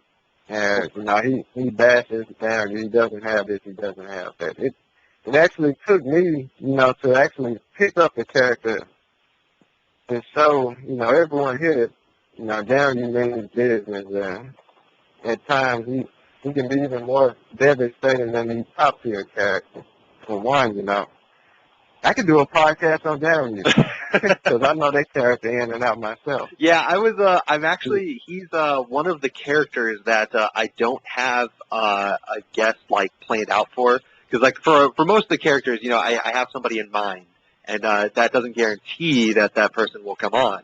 But I do have somebody in mind, and he's one of the few characters that I actually don't have anybody in mind. But I was thinking of bugging Bronson and seeing if he would get on, because I know he still plays him. Bronson likes to cheese it out, and whoever's top tier or flavor of the week at that time, he plays that character. But he's good enough to do that. But he played Ganryu back in 5 and was really devastating with Ganryu. And I know he still plays him, so I was going to try it. But the only problem with that is that Bronson likes to troll me randomly at times. So I don't know if he would actually come onto the podcast and actually talk about any characters. Bronson, that guy. If you would ask him to do a Ganryu podcast, I'm sure it'd be really fast. Yeah, probably. If he did agree. Oh, man. Ganryu sucks, and goodbye. Yep, that's probably exactly what it would be. Probably something like that.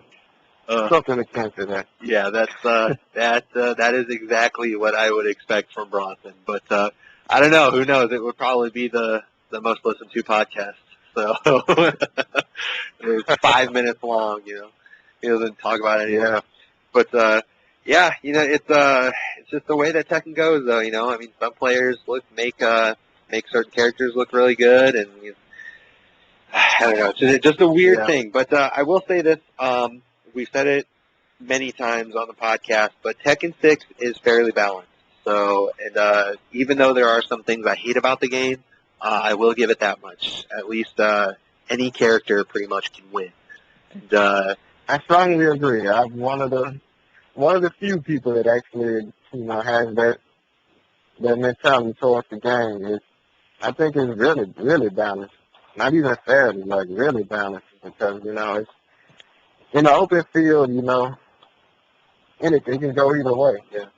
And I know a lot of people out there, they'll start to bash the low tier characters like Raven and Zafina. But if you look, there's Koreans that play Zafina and Raven. I know Unconquerable, he's out in California now, former STL, but he plays Zafina, and I know he's taking matches off of some big names, so he's doing that. I know there's been Ravens that have surprised some people, so these characters, even the low tier characters, they have their own shenanigans, so don't count them out, or don't think that just because your character sucks that you can't win with them. But that's how the game goes. I don't think anyone sucks on that game. It's only who uses these characters, or how appealing are they to the new people that want to come into the game. Generally wouldn't like a Zafina. Wouldn't like a Yoshimitsu or a Raven, or definitely not a Kuma. Want to see the coolest character, or the boxer or something. They just happen to be those top tier characters. Yeah, my only problem with Tekken, or at least like the current versions of Tekken, and as it progresses, is not necessarily the balance issue, because I think they're doing really well with that. But it's just the amount of characters that there are. Because especially with the characters I just mentioned, Raven, Zafina, and those, you mentioned Kuma. A lot of people don't have time to pick up every character or learn every character. So it's really, I mean, you see a lot of people getting randomed out at tournaments because they run into a Zafina and they have no idea what's going on. I'm one of them. Yeah, you're right. I'm one of them. I lost that final round of best friend James is Yoshi. Oh, well, I know you have another Zafina player in your area. Not like exactly where you are, but not far. But Clint, I know plays Zafina. So he's oh man, he was the driest Zafina ever. No offense, Clint, if you're listening. He. He learned, the bare minimum things about it. Of course, all the max damage combos and general offense and stuff, but he really gets sexy with it, He didn't have all the crazy setups and everything. And in most cases, when I've seen it, he didn't really get the opportunity to do that if he did know it. All right, I like that. Calling out Clint. Pick up the Zafina. Yeah, Clint, his best character is obviously Kuma. Kuma is really good. It's really, really hard to beat. Oh, and actually, speaking of Clint, he was another Ganryu player back in the T5 days. Yeah, we had plenty. What was it? Crow, Core, Insane Lee, and Clint. They all dropped Ganryu. Yeah, man. Yeah, I agree. I think that was a big mistake. I do too, because I think that character is really strong. But we are but few against the masses. So what are we gonna do? But I think I don't really have any extra topics or anything to talk about. I don't know if you came with any particular thing that you wanted to get off your chest or anything, but we have this little segment at the end of our podcast called Sound Off. And I know you already said you're a quiet person, you don't like to talk a lot of trash, and you don't have to talk trash about any particular person, but we do require that you just put something on blast. Doesn't matter what it is, it can be anything. And just rant on it, because I want to know what makes Little Majin mad. That's what I want to know. So tell me, what makes you mad? It's obviously what we were just talking about, the American mindset of this game and the tiers. It really pisses me off to no end when people say that only top tiers are winning, therefore this game is imbalanced. What happened in Evo is boring, and we're not going to play a game where we have to get chopped and hell swept and all that, man. I think, man, if people, even the top tier players, if people just, stuck to who they really like and maximize, the character's full potential, man, it'll be a whole different scene. The game itself, the community, it'll be far more interesting than it is now. On this last few legs, I'll say. But, man, I really wish that all the Ganryu players been dropping for Bob. Heck, I wish Mateo didn't drop Ganryu and came for Bob and Jack. Yeah, I'm calling out Mateo. Yeah. Man, that's like the third person you've called out on this podcast. Ridiculous. I agree, though. I really... Absolutely. Yeah,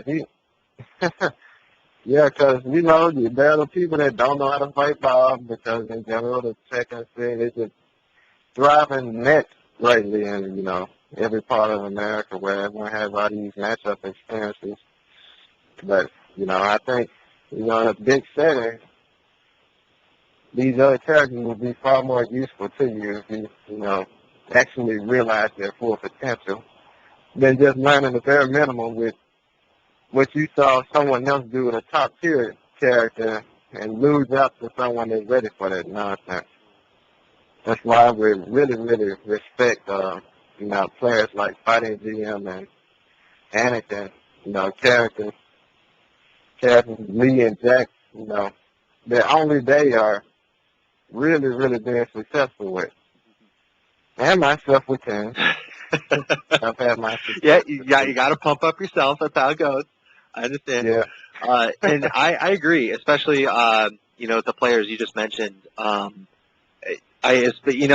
know at least in fighting GM's case, some people don't like him because he's got the New York attitude and whatever. But I actually like it. You have to give props to yourself. You have to come in with an attitude if you're going to win that way. And the fact that he's done what he's done with a character like Lee, and then Anakin, just mad Jack play, absolute mad Jack play. And then I know back in the T5 days you had Aurario. He was another player also repping Jack, but Jack wasn't considered top tier, not even close. So, and T6 is far more balanced than Tekken 5 was. So, and he was doing that shit with all that craziness with Jack. So you have to give props to the player. And I think as a Tekken community, we have to be really, really careful with our upcoming games, because if you look at Marvel vs. Capcom and Mortal Kombat, Marvel vs. Capcom is a pile anyway.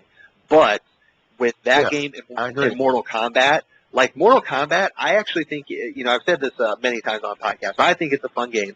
And I actually think for the most part, it's actually fairly balanced. And, a lot of people will disagree with me on that. And, you have all this, oh my God, Kung Lao is busted, sort of shit. Kung Lao is not busted. And once you learn to fight against it, he's perfectly fine. I do think that there's a couple characters in that game that have a really, really rough time with top tier, but for the most part, everybody can compete. You just happen to see the same characters over and over and over again, especially Kung Lao. But the reason I bring that up is because if you look at Mortal Kombat and Marvel as well, you have so many players who don't know what they're talking about, bitching about characters, that you end up getting these knee-jerk nerfs and these patches and stuff. And luckily, Namco hasn't patched or tried to patch or anything like that. And they haven't tried to tweak Tekken at all, which I'm thankful for, because they seem to actually know what they're doing, so they're not going to listen to the consensus and the general public. But I mean, if you look at Mortal Kombat, they're about to nerf Kung Lao again, even though they already nerfed him, and there's really no need for it.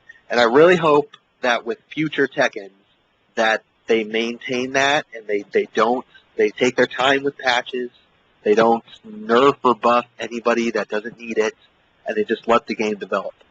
But kind of what we're talking about, in order for that to happen, you have to have players out there that are willing to play the characters that everyone else thinks are shit.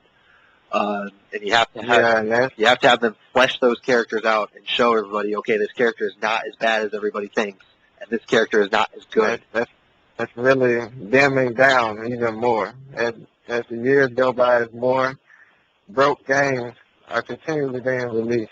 I think, man, we coming to that point, man. It's just too many crazy broken games are coming out, and man, it's really dumbing down basically everything. And that really great player that outshone the other great player that played with a 10 times better character, man.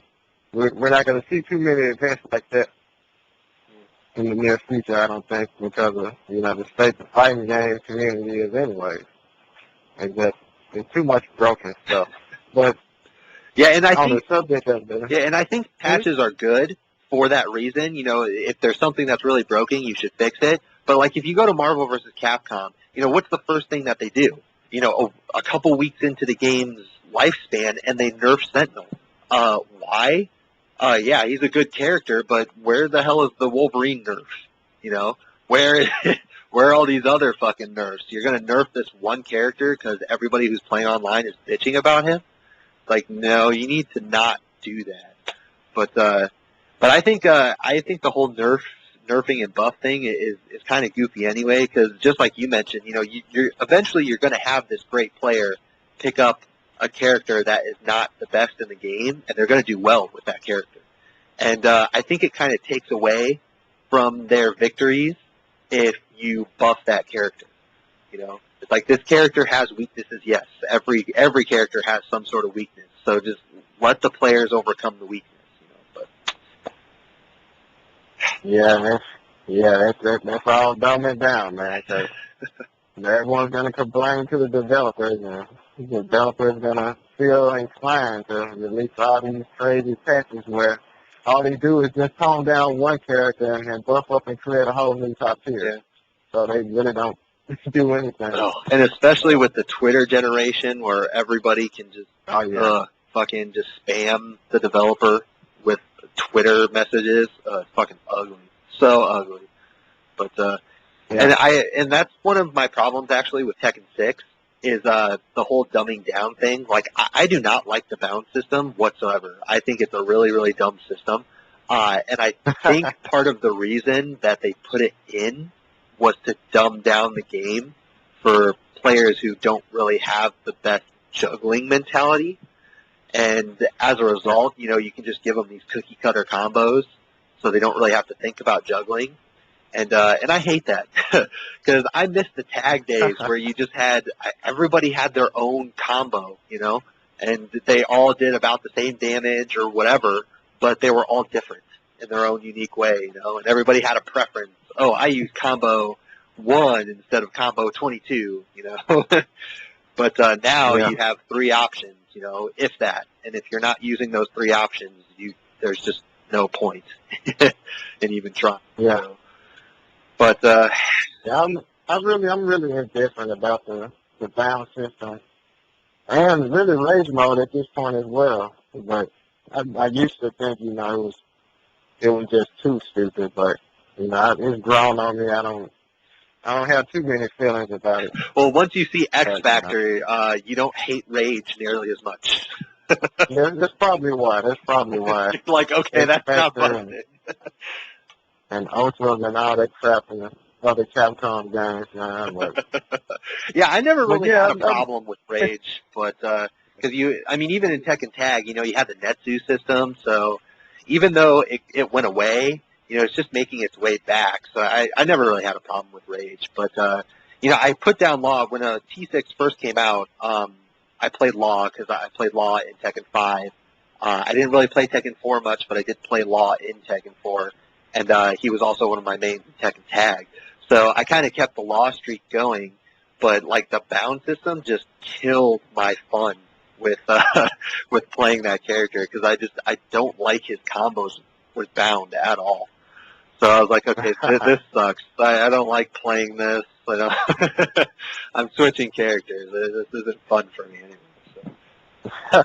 So I guess I have like a personal bias towards the bound system, but it happens. But what are you gonna do? yeah. But that was a good rant. I like that. Got me ranting a little bit. So always like those things. Well, that's really all I have for you. Lots of King information, lots of good stuff, especially for myself since, you know, like I said, I haven't really touched King for a while, so I don't really know all of the good T6 juice. So very informative for myself. Before we put an end to this episode, was there anything else you wanted to get out there? Anything, shout-outs or anything? Oh, yeah, definitely. After listening to a lot of podcasts, man, I see a lot of people don't pay any homages or don't give too many shout-outs to other players. So I'd like to add a little to that, and well, actually not add to that, but, you know, shout out to players like, you know, Aris for using Fang and Dragunov at a really high level, and, you know, Ted Chetty and Nikos for having really great pause. And Big Word, too, he had a really good pause. And as well as Anakin, you know, last year he had the Paul and Roger thing going. It's really great. Hard to beat.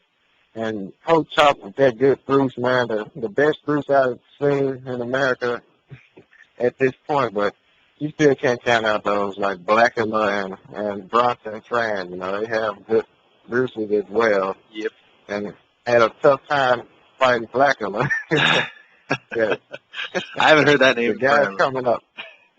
Yeah, dude is really doing well for himself. Seiko is well with that that Dragunov. And you know, Rai is doing well with Jack, Steve, and Bob. Like, using a lot of characters, and the rising stars like GMMA overall and Knicks. They're both from San Antonio, man. I respect those guys a lot. They both actually been winning, you know, local tournaments over there. And Knicks recently won a Texas major that, if I remember correctly, had Core and Pro in it. And he won it with Marta, Paul, and Wayne. Wow. You know, all these players, you know, their accomplishments are going unnoticed because of, you know, tournaments, you know, what happened in Evo, really, you know, that was just the end all. Yeah, that I felt for everything that happened in the past. Yeah, I felt so bad at Evo. I was like, because every single Tekken player there who was, or not even those who were there, but every single Tekken player who saw that final, who, you know, knew what the hell was going on and everything. I mean, we all looked at each other. We were like, this is terrible for Tekken. I mean, everyone is going to watch this and they're going to think this is all it is. It's just a Bob Fest with an occasional wall thrown in there. Like, and that was the first time, you know, that was the first time that has ever happened. And, you know, that the players just weren't there this time. It was it was a big number of players, over, 128? Yeah, something. And I think that if, you know, people like myself and my student Shin Blade and, you know, Truggy, I don't know if you've heard of him, you know, I think him and Shin Blade have the two best teams in America. And, you know, none of us went. The best team didn't go. The two best teams didn't go. I don't think Ring Massacre went either. Did he go? No, I don't believe so. I didn't see him if he was there. But, you know, if he was there, he obviously would have placed top 16. So I guess he wasn't there. And I guess GM has bad Evo luck. I think he was going through some things emotionally at the time. He couldn't play well. Do you know who he lost to? Because I know he has an Armor King problem. Like, he keeps getting randomed out by Armor Kings. I don't know why. I heard that he lost to Bronson, and I forgot who was the other person that beat him. Because I know he lost to Bronson. Yeah, the last couple times that I've heard of him, like, randomly losing in a tournament where they were Armor King players. And, you know, I've had the fortune of playing him a couple of times. And at the times, you know, I was really big into Armor King, and he was having a lot of trouble. So, I don't know. If you're looking to beat GM, pick up Armor King, I guess that's the But I'm glad you mentioned, gave a shout-out to some of those players, because especially you mentioned Roger, you know, a Roger player and a Wang player, another two characters that I think go largely unnoticed that are really good. And a lot of people keep underestimating those characters. Because a good buddy of mine actually plays Wang. He doesn't play very often, but I mean he's good, and you know he kind of just translated those T5 strategies over to T6 and tweaked them as needed. And he's a lot better than he thinks he is. So, you know, it's just one of those things, especially Roger. I mean, I don't know why more people don't play Roger. That character's really good. But.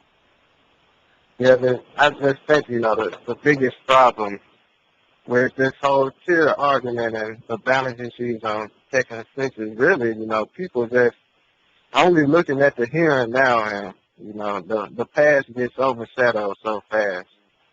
You know, a lot of people only think, you know, the top tiers are the only characters that have ever won big tournaments. Still, you know, I've had arguments with people that have actually forgotten that Anakin won MLG. Yeah, I was just about to mention that, too. I was like, you know, everybody mentions this, you know, Bob Fest and, you know, how Tekken is nothing but a Bob Fest. I was like, you know, Anakin won MLG, and he was a Jack player, you know, so, yeah, it happened at EVO. Yes, EVO is the biggest stage, but, you know, it doesn't, you know, it's not the end-all, be-all, so. It's not, because it's so many great players for other characters. You know, I've actually made a post in the results there. You know, I gave a shout out to the top players that came in top 8, for doing what they always done for years. You know, it's nothing new. They always place top 10. Those are just the characters they use. Yep. But, the other players that would have made some noise at that tournament didn't even show up. Outside of little ATL Red, who is really good, I think he placed top 20 at least at EVO with that law. But none of the other strong ATL players even showed up, Big Boy and Turk Easy, they used Julia, and Turk Easy uses Wayne, Bruce, Post Top didn't come with that Bruce. He would have made tops easy. He always places top.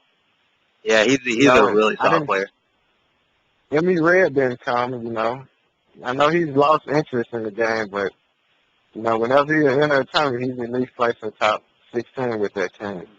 And since you're mentioning ATL, I do think, since we're talking about EVO and everything, I like EVO. I like what EVO is doing for the community and everything, but I need to give shout-outs to bigger tournaments out there like Final Round and those kinds of tournaments, because the worst thing that could happen for the community is that EVO is the one and only big tournament, because then you're going to have situations like this where it's just Bobs and everybody thinks it's a Bob Fest and you have some of the best players not showing up. And what we need is more huge tournaments like Final Round. Because Final Round, making a big name for itself, it just keeps growing every year. And I fully expect it to hit EVO status at some point. It'll be the East Coast EVO. That's what it's going to be. And I believe it's already, as far as the competition is, Final Round, man, it's just as great as EVO, because you're going to have more players, from different parts of America that come to Final Round, and EVO is just, it's just too expensive for a lot of people. No, that's really what, I've never been to EVO myself, It's kept me away for so long. It's way too expensive. That's why so many players don't go, and I think really the mass people that make up that 120 something was actually a bunch of decent players and scrubs, really. Yeah, well, I know that a lot of the top players, and I agree, because unfortunately I have been to actually several EVOs. I unfortunately have never been to a Final Round, which I will be fixing. The next Final Round that comes around, I will be going to that for sure, 100%. I don't care what I have to do to get there, but I'm going to go. But I know that a lot of the top players who were at EVO this year, as far as Tekken was concerned, who weren't West Coast players, they were all sponsored. Not 99, well, actually not 99%, I'm pretty sure 100% of the top players that were there and were not West Coast players were sponsored. So they went for free, essentially. So you have all these, top players who didn't go because, they're not sponsored. They don't have the cash to roll out to Vegas. And after this last EVO, chances are, I may go to EVO again at some point, but I'm probably going to sit out the next couple of EVOs because it is pretty expensive. And at this point, so many people are going to it. When I first started going, it actually felt like kind of an exclusive club. It's like, oh, did you go to EVO this year? Well, the top players were there, but there were still only a few hundred people there total. Now it's like, 3,000-4,000. So, yeah, it's really crazy. But, we need to see more bigger tournaments, though, because, we need more results like that with a bunch of top players that will go to that. And I know Final Round, it's not getting the total numbers that EVO is getting, but all the top players are still there, and you get different results. Yeah, So, yeah, overall, it's definitely, inferior with the total number, but for Tekken, around the same number of players and a whole lot, steeper competition, because more top players go to Final Round, it seems. But it's actually true. No, I agree. Most of the people Yeah, most of the top places at Evo, you know, they usually go to final round. Yeah. And Or have been to. from what I can think of, like if you take all the top players, as far as Tekken is concerned, if you take all the top players around the country, there are more top players, like people who are considered, you know, elite players skill-wise. There are more on the East Coast than there are on the West Coast. And Oh, definitely. so as a result, more of them show up. Now you can debate who the best player in the, you know, in the country is, and you know maybe the top 2 or 3 or whatever are West Coast, which is fine. But there are more good players on the East Coast than there are on the West Coast. But I mean, you have these perennial names that will never go away that are on the West Coast. You know, like Bronson. I know, you know, Kane has been around for a while. Eris, even though Eris is somewhat new to Tekken, I mean, he's still been around the Tekken scene for a while, but, you know, he's an old gamer. You know, he's been around for a while. God, who else is there? Just Rain James. I know he's making a name for himself now, but I think, you know, he's been in the scene for a while. So, yeah. So, you know, you have all that, but, I actually think there's more top-tier players on the East Coast. Not to mention, if you count the top-tier players in the South, they're more likely to go to final round than they are to EVO. So you have Definitely. So you have 2 regions there that are more likely to go to final round than to EVO. And I would even say, to some extent, the Midwest. I mean, we don't have a lot of players right here because we're kind of spread out, but even the top-tier players in the Midwest, you know, some of them went to EVO, but a lot of them also go to final round too, because you have a bunch of them that are in Ohio and Michigan, and you know, final round is a lot closer than EVO is. So, but just wanted to extend your shout out to something more general to the tournament. So, final round, keep doing what you're doing. Hopefully more big. I know Summer Jam was real big, so nice to see other big East Coast tournaments coming up. I also I'm going to be a little selfish here. I'm going to plug in my own tournament. For those who've been around long enough, the extravaganzas, King Fan has has kind of stepped aside, but we're still doing those big tournaments here in Iowa, and the next one is in 2 weeks. So if you want some fun times, we're going to be giving away a bunch of shit. We're going to be doing a raffle for an Asus monitor, so we're stepping it up a bit. Trying to get some prizes out there to the people, have some fun shit going on. So, and we're gonna have some hopefully some big names. I heard through the grapevine GM is gonna try to make it out. Obviously, there's no guarantee about that. No guarantee about any of that stuff. But it'd be nice because he came out to the last extravaganza. So it'd be nice to see him out here again and try to take our money once again. So if you're looking for a major, people, and you got nothing to do, you know, come out. It's called Middle of Nowhere. We got a sticky up on Tekken Zaibatsu, so so we're not unknown. We're out there. So and it's real cheap. Yeah. It may cost a little bit more to get out to Iowa, but it's real cheap once you get here. Hotels are dirt cheap, $30 a night. You know, cram 5 people in there. No problem whatsoever. Food is dirt cheap. You know, it's cheap. It's a cheap trip. Come out and join us. And we're gonna have after parties and stuff because we love to drink here in Iowa. So it'll be good times. But okay, so I'm done with my selfish sponsorship.